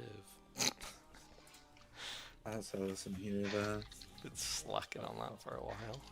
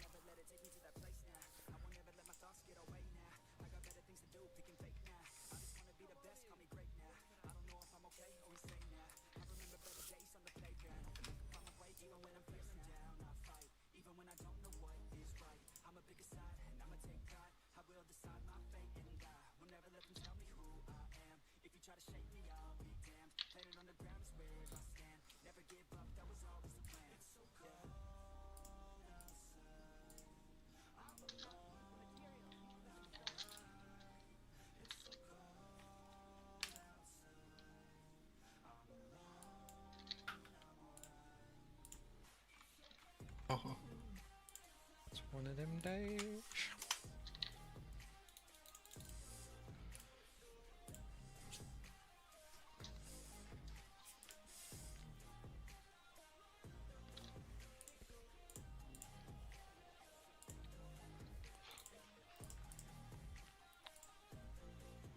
User joined your channel. User joined your channel. User left your channel. Oh, okay.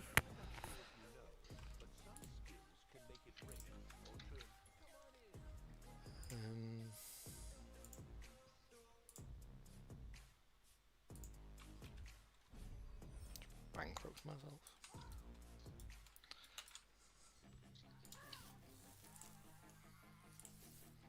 I kind of miss TeamSpeak from the old days. Really? Do you remember Ventrilo? Ventrilo was cool as well, but I don't know. Ventrilo was horrible. Nah, it was good. It was okay. It used to have better voice quality than TS. Yeah, I yeah. remember that, but it was pain in the ass a lot of the time. But even so, I think TeamSpeak has better voice quality than Discord. It does now, yeah. Really has. Like, I think the sound. problem that it used to have was you got shit codecs with it unless you spent. So everybody had like the basic quality on it. It was horrible. But yeah, it's different now. It feels better now. What do I need to max?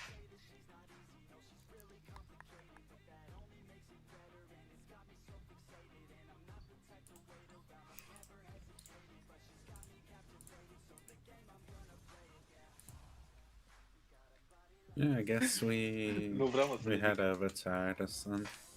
Cool. Off we go. No, sorry. I think I need to sort my skills out.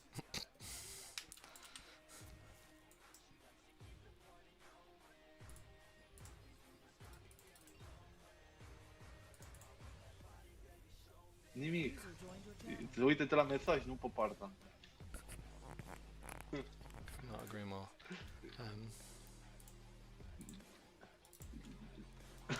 I'm getting really fed up with activity rank at the minute, Spree. Why? Because it keeps...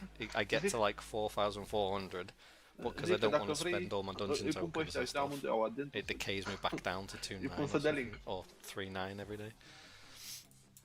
Stai liniștit. It's winding me up. Poți să stai.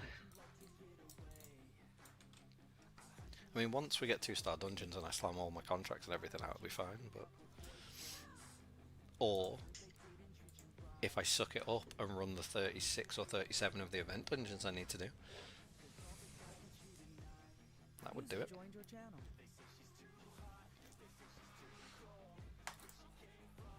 User joined your channel. Microphone muted. No, there's no big fights today. This will be the last round of world bosses that we do, and then that'll be us for the night. Well, for mandatory. Well, this isn't even mandatory. This will be us for the optional stuff. We might go and do some events and stuff, but I won't be on much longer than this. I've got work in the morning. Am I going to the wrong boss?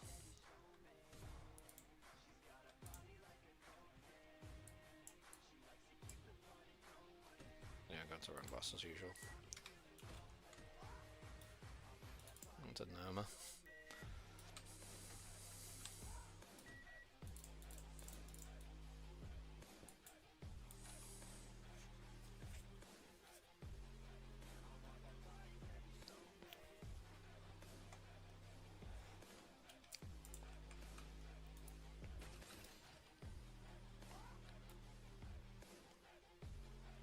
Come on.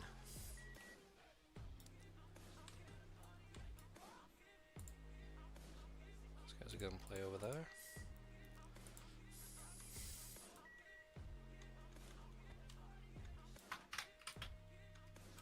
Oh. We are doing Rudius. Stamina woes. Ardis gang. Yeah, but here is nobody. Oh, you are here. Microphone There's activated. nobody yet.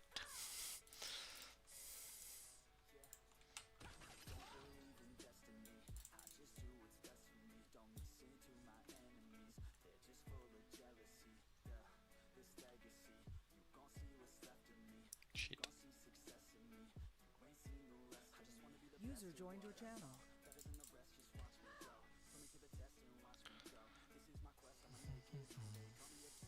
User joined your channel.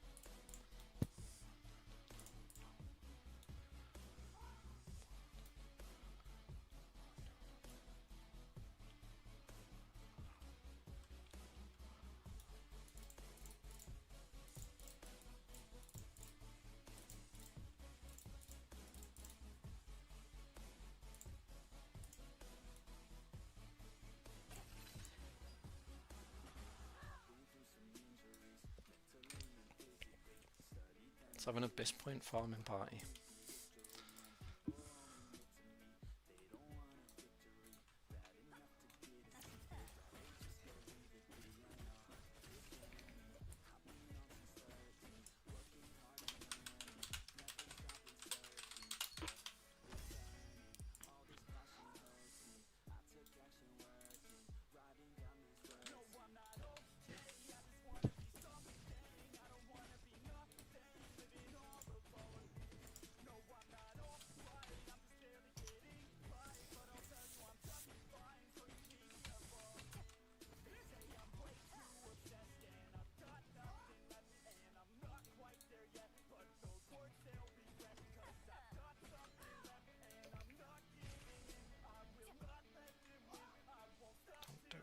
Don't do it. So.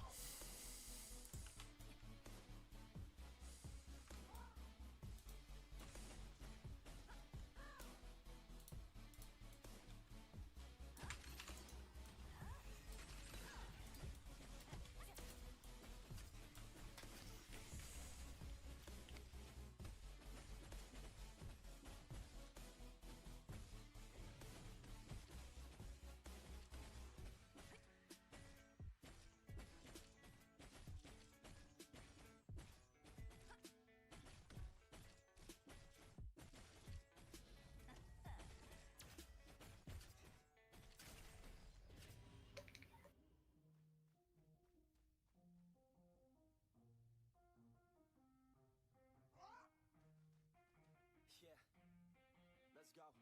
I'ma make a couple stacks, do exactly what I want to. Mix a couple tracks, get a lady that I'm drawn to. Turn up to the max, get me faded till I'm gone, dude. I do what I want, couldn't stop me if you wanted to. I just work hard, yeah, harder than the rest. Some people say I'm lucky, others saying that I'm blessed. But I keep my head down, cause I crave progress. You ain't never gonna stop me, cause it's my conquest. And I'm never gonna rest, yeah. And y'all don't know that I'm a soldier. I always felt like I'm a runner. When everybody thinks they know ya. And y'all don't even know I know ya. And now I'm ready taking over. Cause every day I'm getting closer. Just look at everything I'll show ya. So now I'm ready, I'ma blow up.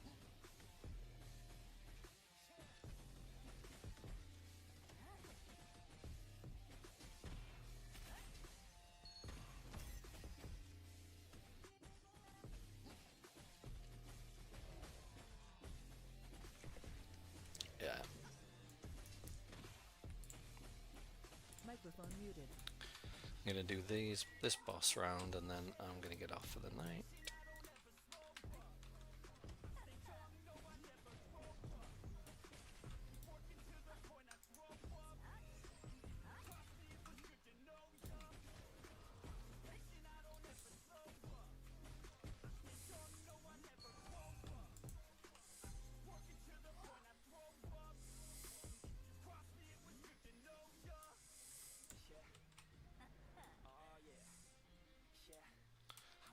yesterday, Satan.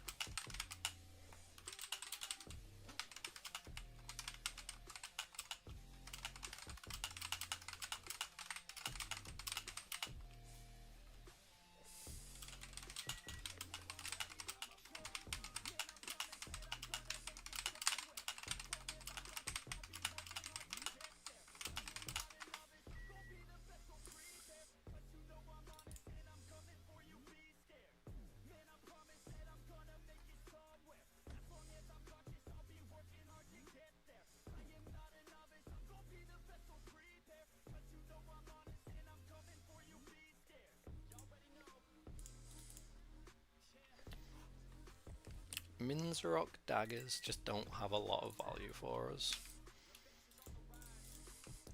I mean, they're interesting in the sense that you could effectively just run around meleeing people to proc Tevant, which could be pretty hilarious, and I'm tempted to mess about with them purely for that. And just run around meleeing people to get Tevant dot up on everybody. But I just think, other than the meme factor of doing that, they just don't bring a lot to the build, unfortunately.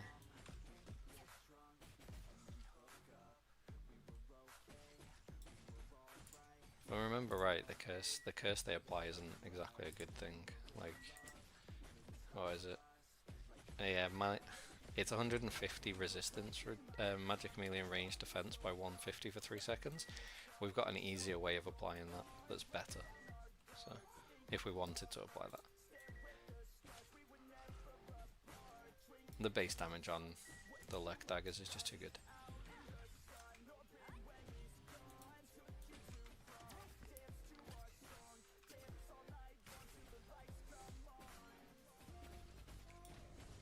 Oh, am I out? Oh my god, I'm out of... Still alright.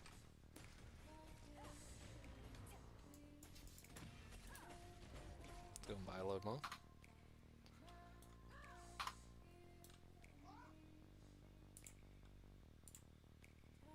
Microphone activated. Is Pity popping Eclipse? Not sure. Maybe not. Oh, it won't matter for us anyway, will it? Yeah, it's conflict for us, yeah. Oh.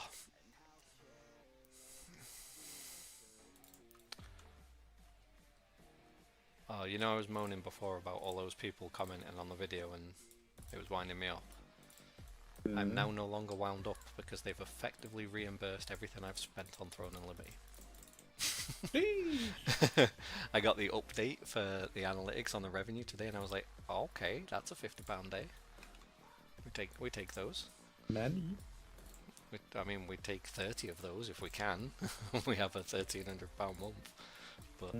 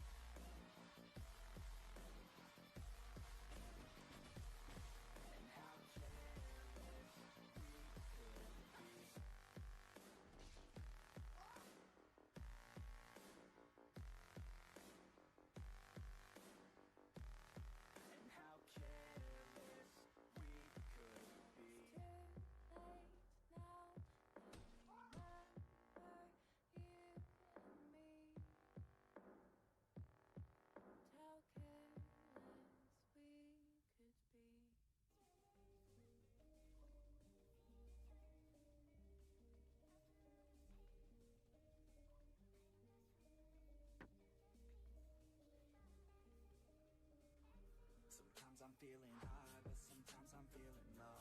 I wanna stay inside, I could call my bed my home. I've been trapped inside my mind, that's what keeps me in the zone. I think that I'll be fine, but I do not really know. Yeah, it's too late for me, not too late for you to be great. You see, the pain's worth the truth. I don't wanna be just someone that's new. I speak my mind so free, so you could hear the truth. Yeah, I know that we all have fear. In the back of our minds we hear the devil that's in our ear. Let it push you to see more clear. I don't wanna think about the pain no more. Everybody's not the same. We all open different doors. Yeah, we've all got different brains. That's what keeps starting these wars. I just stay within my lane. Hope my words even score. I just try to keep it real. Find a way to buy a meal. Find a way to make a deal. Find a way to help us heal. I don't wanna have regret. That's what pushes me to get everything I wanna get. Work with every single breath. Yeah, I know that we I've only just seen that in generals, and I've got 6 guilds up. Sheesh.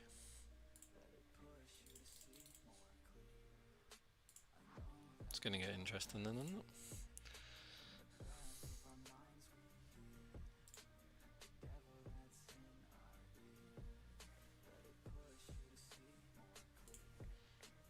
Microphone muted. If you're not dealing damage, it's likely to do with how you're rotating skills.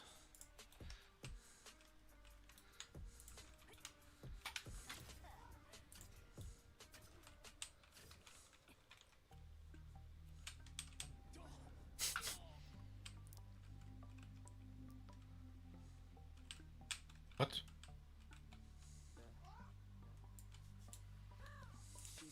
You... What did I die? Microphone activated. 4 damage, what? All I know Fuck is I tried to kill Zababa by making him fall and he didn't die. This sucked. Not Zababa. I tried, but he didn't fall out the sky.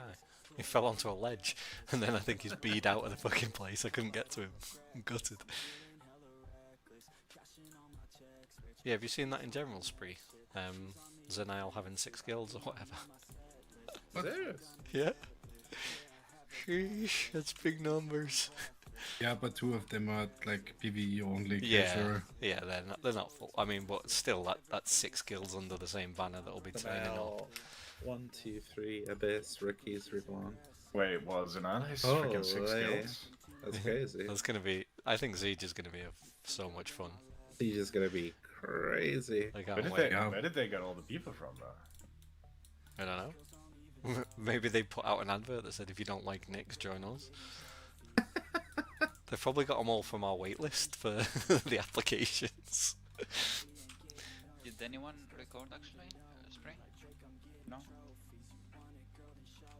Yeah? Did anyone record your I forgot I'm retarded. each- It's oh all good. my Submit. Submit control. forgot. Okay. I also like was hard to record it as well. It wasn't that. It's all good. Like, we'll just do it again closer to the day. Yeah, just a practice or something. Yeah, there's no issues. Right. I can go over it with you, Network, hand in hand. Yeah. Let's go. You'll cup your can't. balls. I can't wait for that. Let's go. Oh my god, it's Snoot! Snoop dude. Bye Snoop. Snooters! Yoink! Oh, I got the kill as well. Ah. He's gonna be pissed. Okay. Snoop changed to 1 dagger after watching me. It was great.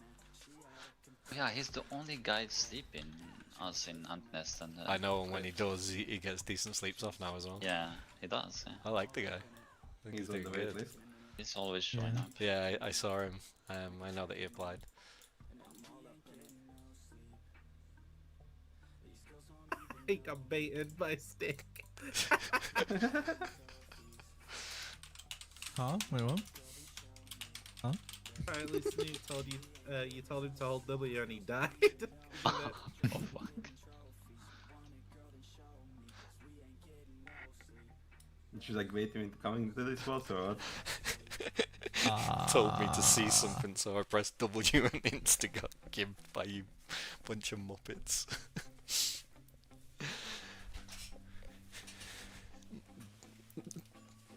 He can make it still. One guy from Goblin Ventures is flying down beneath us. I forgot Nirma's piece. We have 3 randoms with us here? What the fuck? There's one guy from the KP next to the grapple right before you take it in safe zone. Snoot's grave still got my dots floating around him. Oh, God no. Oh, that was fun. Ugh. I love watching these people come up because they think, "Ooh, are they nice? They're not coming to hit us." And then, then they just see people like start walking towards them, and then they just do a straight 180 to run back. I love it when they try and run out with dots on them. They die like 5 minutes later. Oh, that's great. It's like the best thing about this build. Also a goblin guy. Same spot next to the grapple. Yeah, there's some balls coming up, isn't it, at some point? I could engage for sure. Oh. Ah, he's going down again. Nah. You can't hit that guy, he just came I'm up back. and go I down. just got back, sorry. Yeah. I thought you had no bots. Oh, of course you did. Yeah, I mean, no worries. It doesn't matter. He just We're wanted just to chilling bounce. here anyway. He doesn't like us three. He's just taking it. I mean, I know he doesn't. I got a DM from Paria telling me that he doesn't want to be here. Oh. Wow. Damn. Wow. That's brutal. Not my words, but That guy literally just turned around as soon as Derek charged him. Rethought his life decisions the moment that charge hit. He says, let me see. Let me look up Paria said. Oh. You're a troll. Fucking hell, other Mish bosses. told me he would rather like to be in his usual group and join us whenever we are down in numbers. Oh. Wow. Benched. But he wants to be in his normal group apparently. It's okay. You can say you like us. You like them more than us. You know? Yeah, it's okay, oh, Mish. nah. Like me and Network every single night. With you, like... I see you midlife right now. I'm not healing you. It's not your fault, Mish. Deal with it. Yeah, it's our fault. We are too bad for you. It's okay. We understand. Nah. Don't let the haters flame you just because Spree won't follow you around like Network will. So Network's with us here. No, are you? Where are you? In Juno. I will Still take your chasing invite, fucking like, Mish in around. a few seconds. It's almost dead. Alright.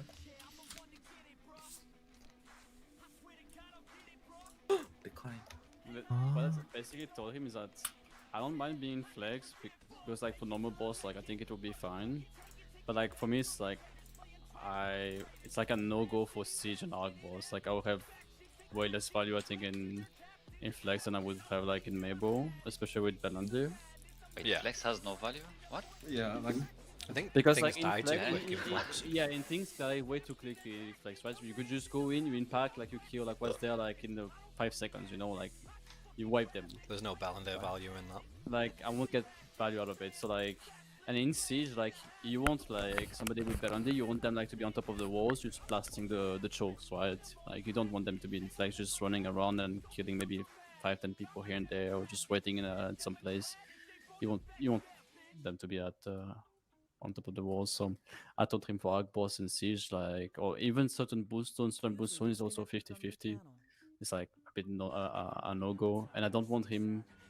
I don't want it to be a headache basically for him to like having to like swap me from rosters to rosters, knowing if I'm gonna be there or if I'm gonna be with normal group every time. what is this guy yapping about? Honestly. You're a nice guy, really, Mish, aren't you? I don't don't know believe why. half the things other people say about you. You're a genuinely nice person. Who says he's not? I might have said it. Nobody's ever said it. Me as well, honestly. No. Dude, it's 10 past 11 for me. I need to stir up some drama somehow. I mean, I'm why is chill, Mish like, in the flex TeamSpeak right now? What is I'm he here. doing I'm coming. Why? That's not Mish, Why? that's you. That's you. Oh, okay.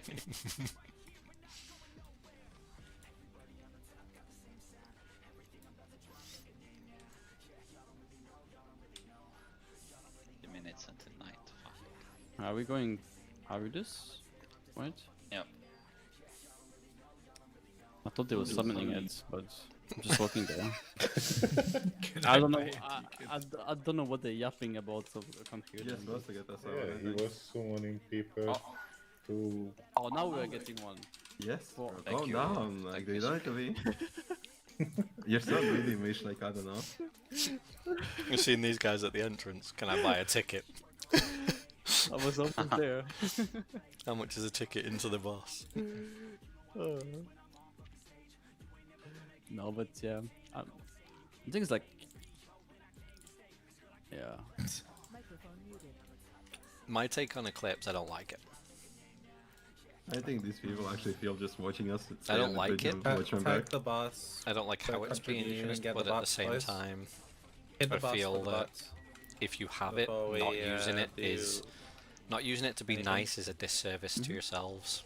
So until they remove it Oh, from yeah, the game, I this can work. understand why we use it and why other guilds use it. But personally, I don't like it. We can just leave it to Memble now and just PvP. Like for me personally, People I from don't, Noma should be coming up to Ardis. I don't think it's a good idea. Do you need a scout in Minzara?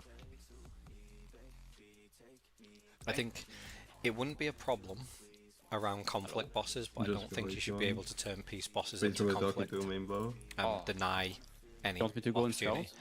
I'm No. going. going. Kind of defeats the whole spirit of I already what got peace my boss bosses are onto the for. bots. We're Yeah, good. same. Look, we're good on the bridge. I think it really defeats the spirit of peace. We Like can't go peace any bosses further in than general, bridge there should be an anyway. option to have PvP or not have PvP, and I think forced PvP is never a good thing. I think it detracts from the player base. They're coming in? No. Snitches get stitches.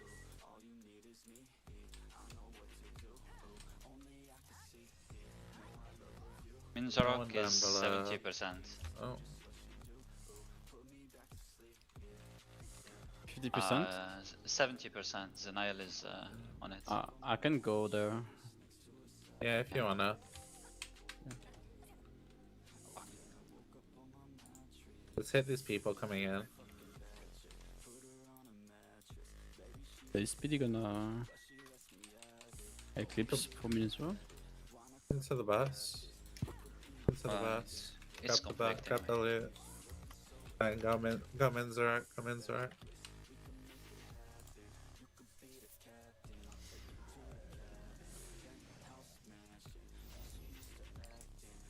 Mini's work is at 63. That's fine, we're fine.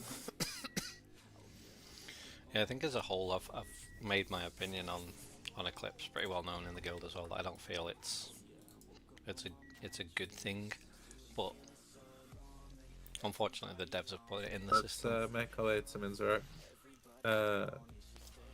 I think it's we should mostly be an issue of okay. Junabo What though. guilds are on it? That's where Yeah. it's the biggest Zenial. issue. Zenial and Oh, yeah. Peterson. Goblins No, are those also are coming okay. now as You are well. blessed, Mish. You can go. Has it done the mech recently or no? I It's didn't gonna see be the mech soon. yet. Okay, It's gonna be wait, soon. wait for the mech What- because you'll what- die. Microphone activated. Unless there's not that many. Not that many. It's not that many. Let's just push out then. Yeah. Mech. Mech. They're sleeping. They're sleeping on the mech. I still them. Stunning them. Nice. I just flew into the mech because I thought I'd seen it past me already, but it hadn't. They should die. Okay, on Lance, them. hit the Thanks. people, hit the people. I was deserve like, to die on that boss. look, I got Nothing Snoot for happened. you, by the way. I got Snoot for you, son. Was it Snoot or Sun? I don't remember which one you wanted. Zun. Sun, never mind that. Well, both of them needs to die, but I Both of them? 100% deserve that death. So now guy on the left. Ooh, Zadile are recruited as well in chat now. 3k gear score. Yeah, they're definitely trying to compete with us. Mmm. you need to fill the 6 I guilds like so they're it. ready for siege. Oh, Interesting though, because they they're put me only in a third German, guild, though. yeah. I like it. Oh, CC my ghost, or I'm gonna CC die. mine as well, I beg. Kearney, someone. Thank you. So they've got me. Do you think we can get away with allocating one guild to Mish and one guild to Pity? And we'll deal with the rest.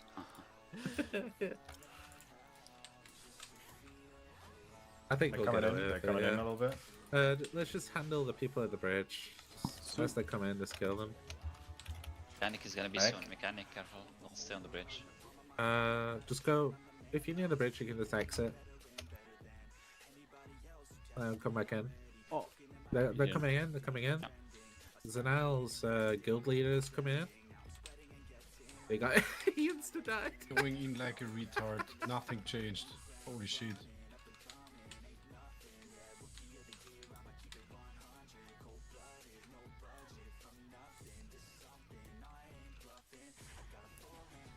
Make sure you hit the boss for contribution. Spank the boss. Right, they're all gonna push in a second. Yeah. He Hover is near the casting bridge. backflips. Hover near the bridge.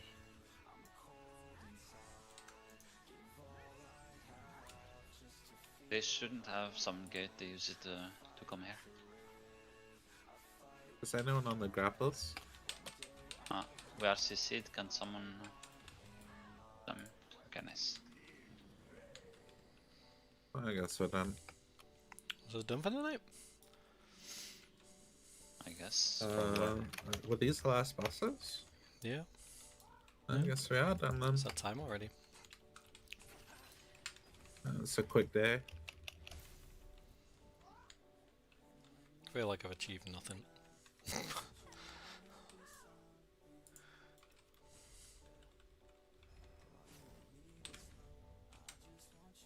I half expect a pity to eclipse off the back of that.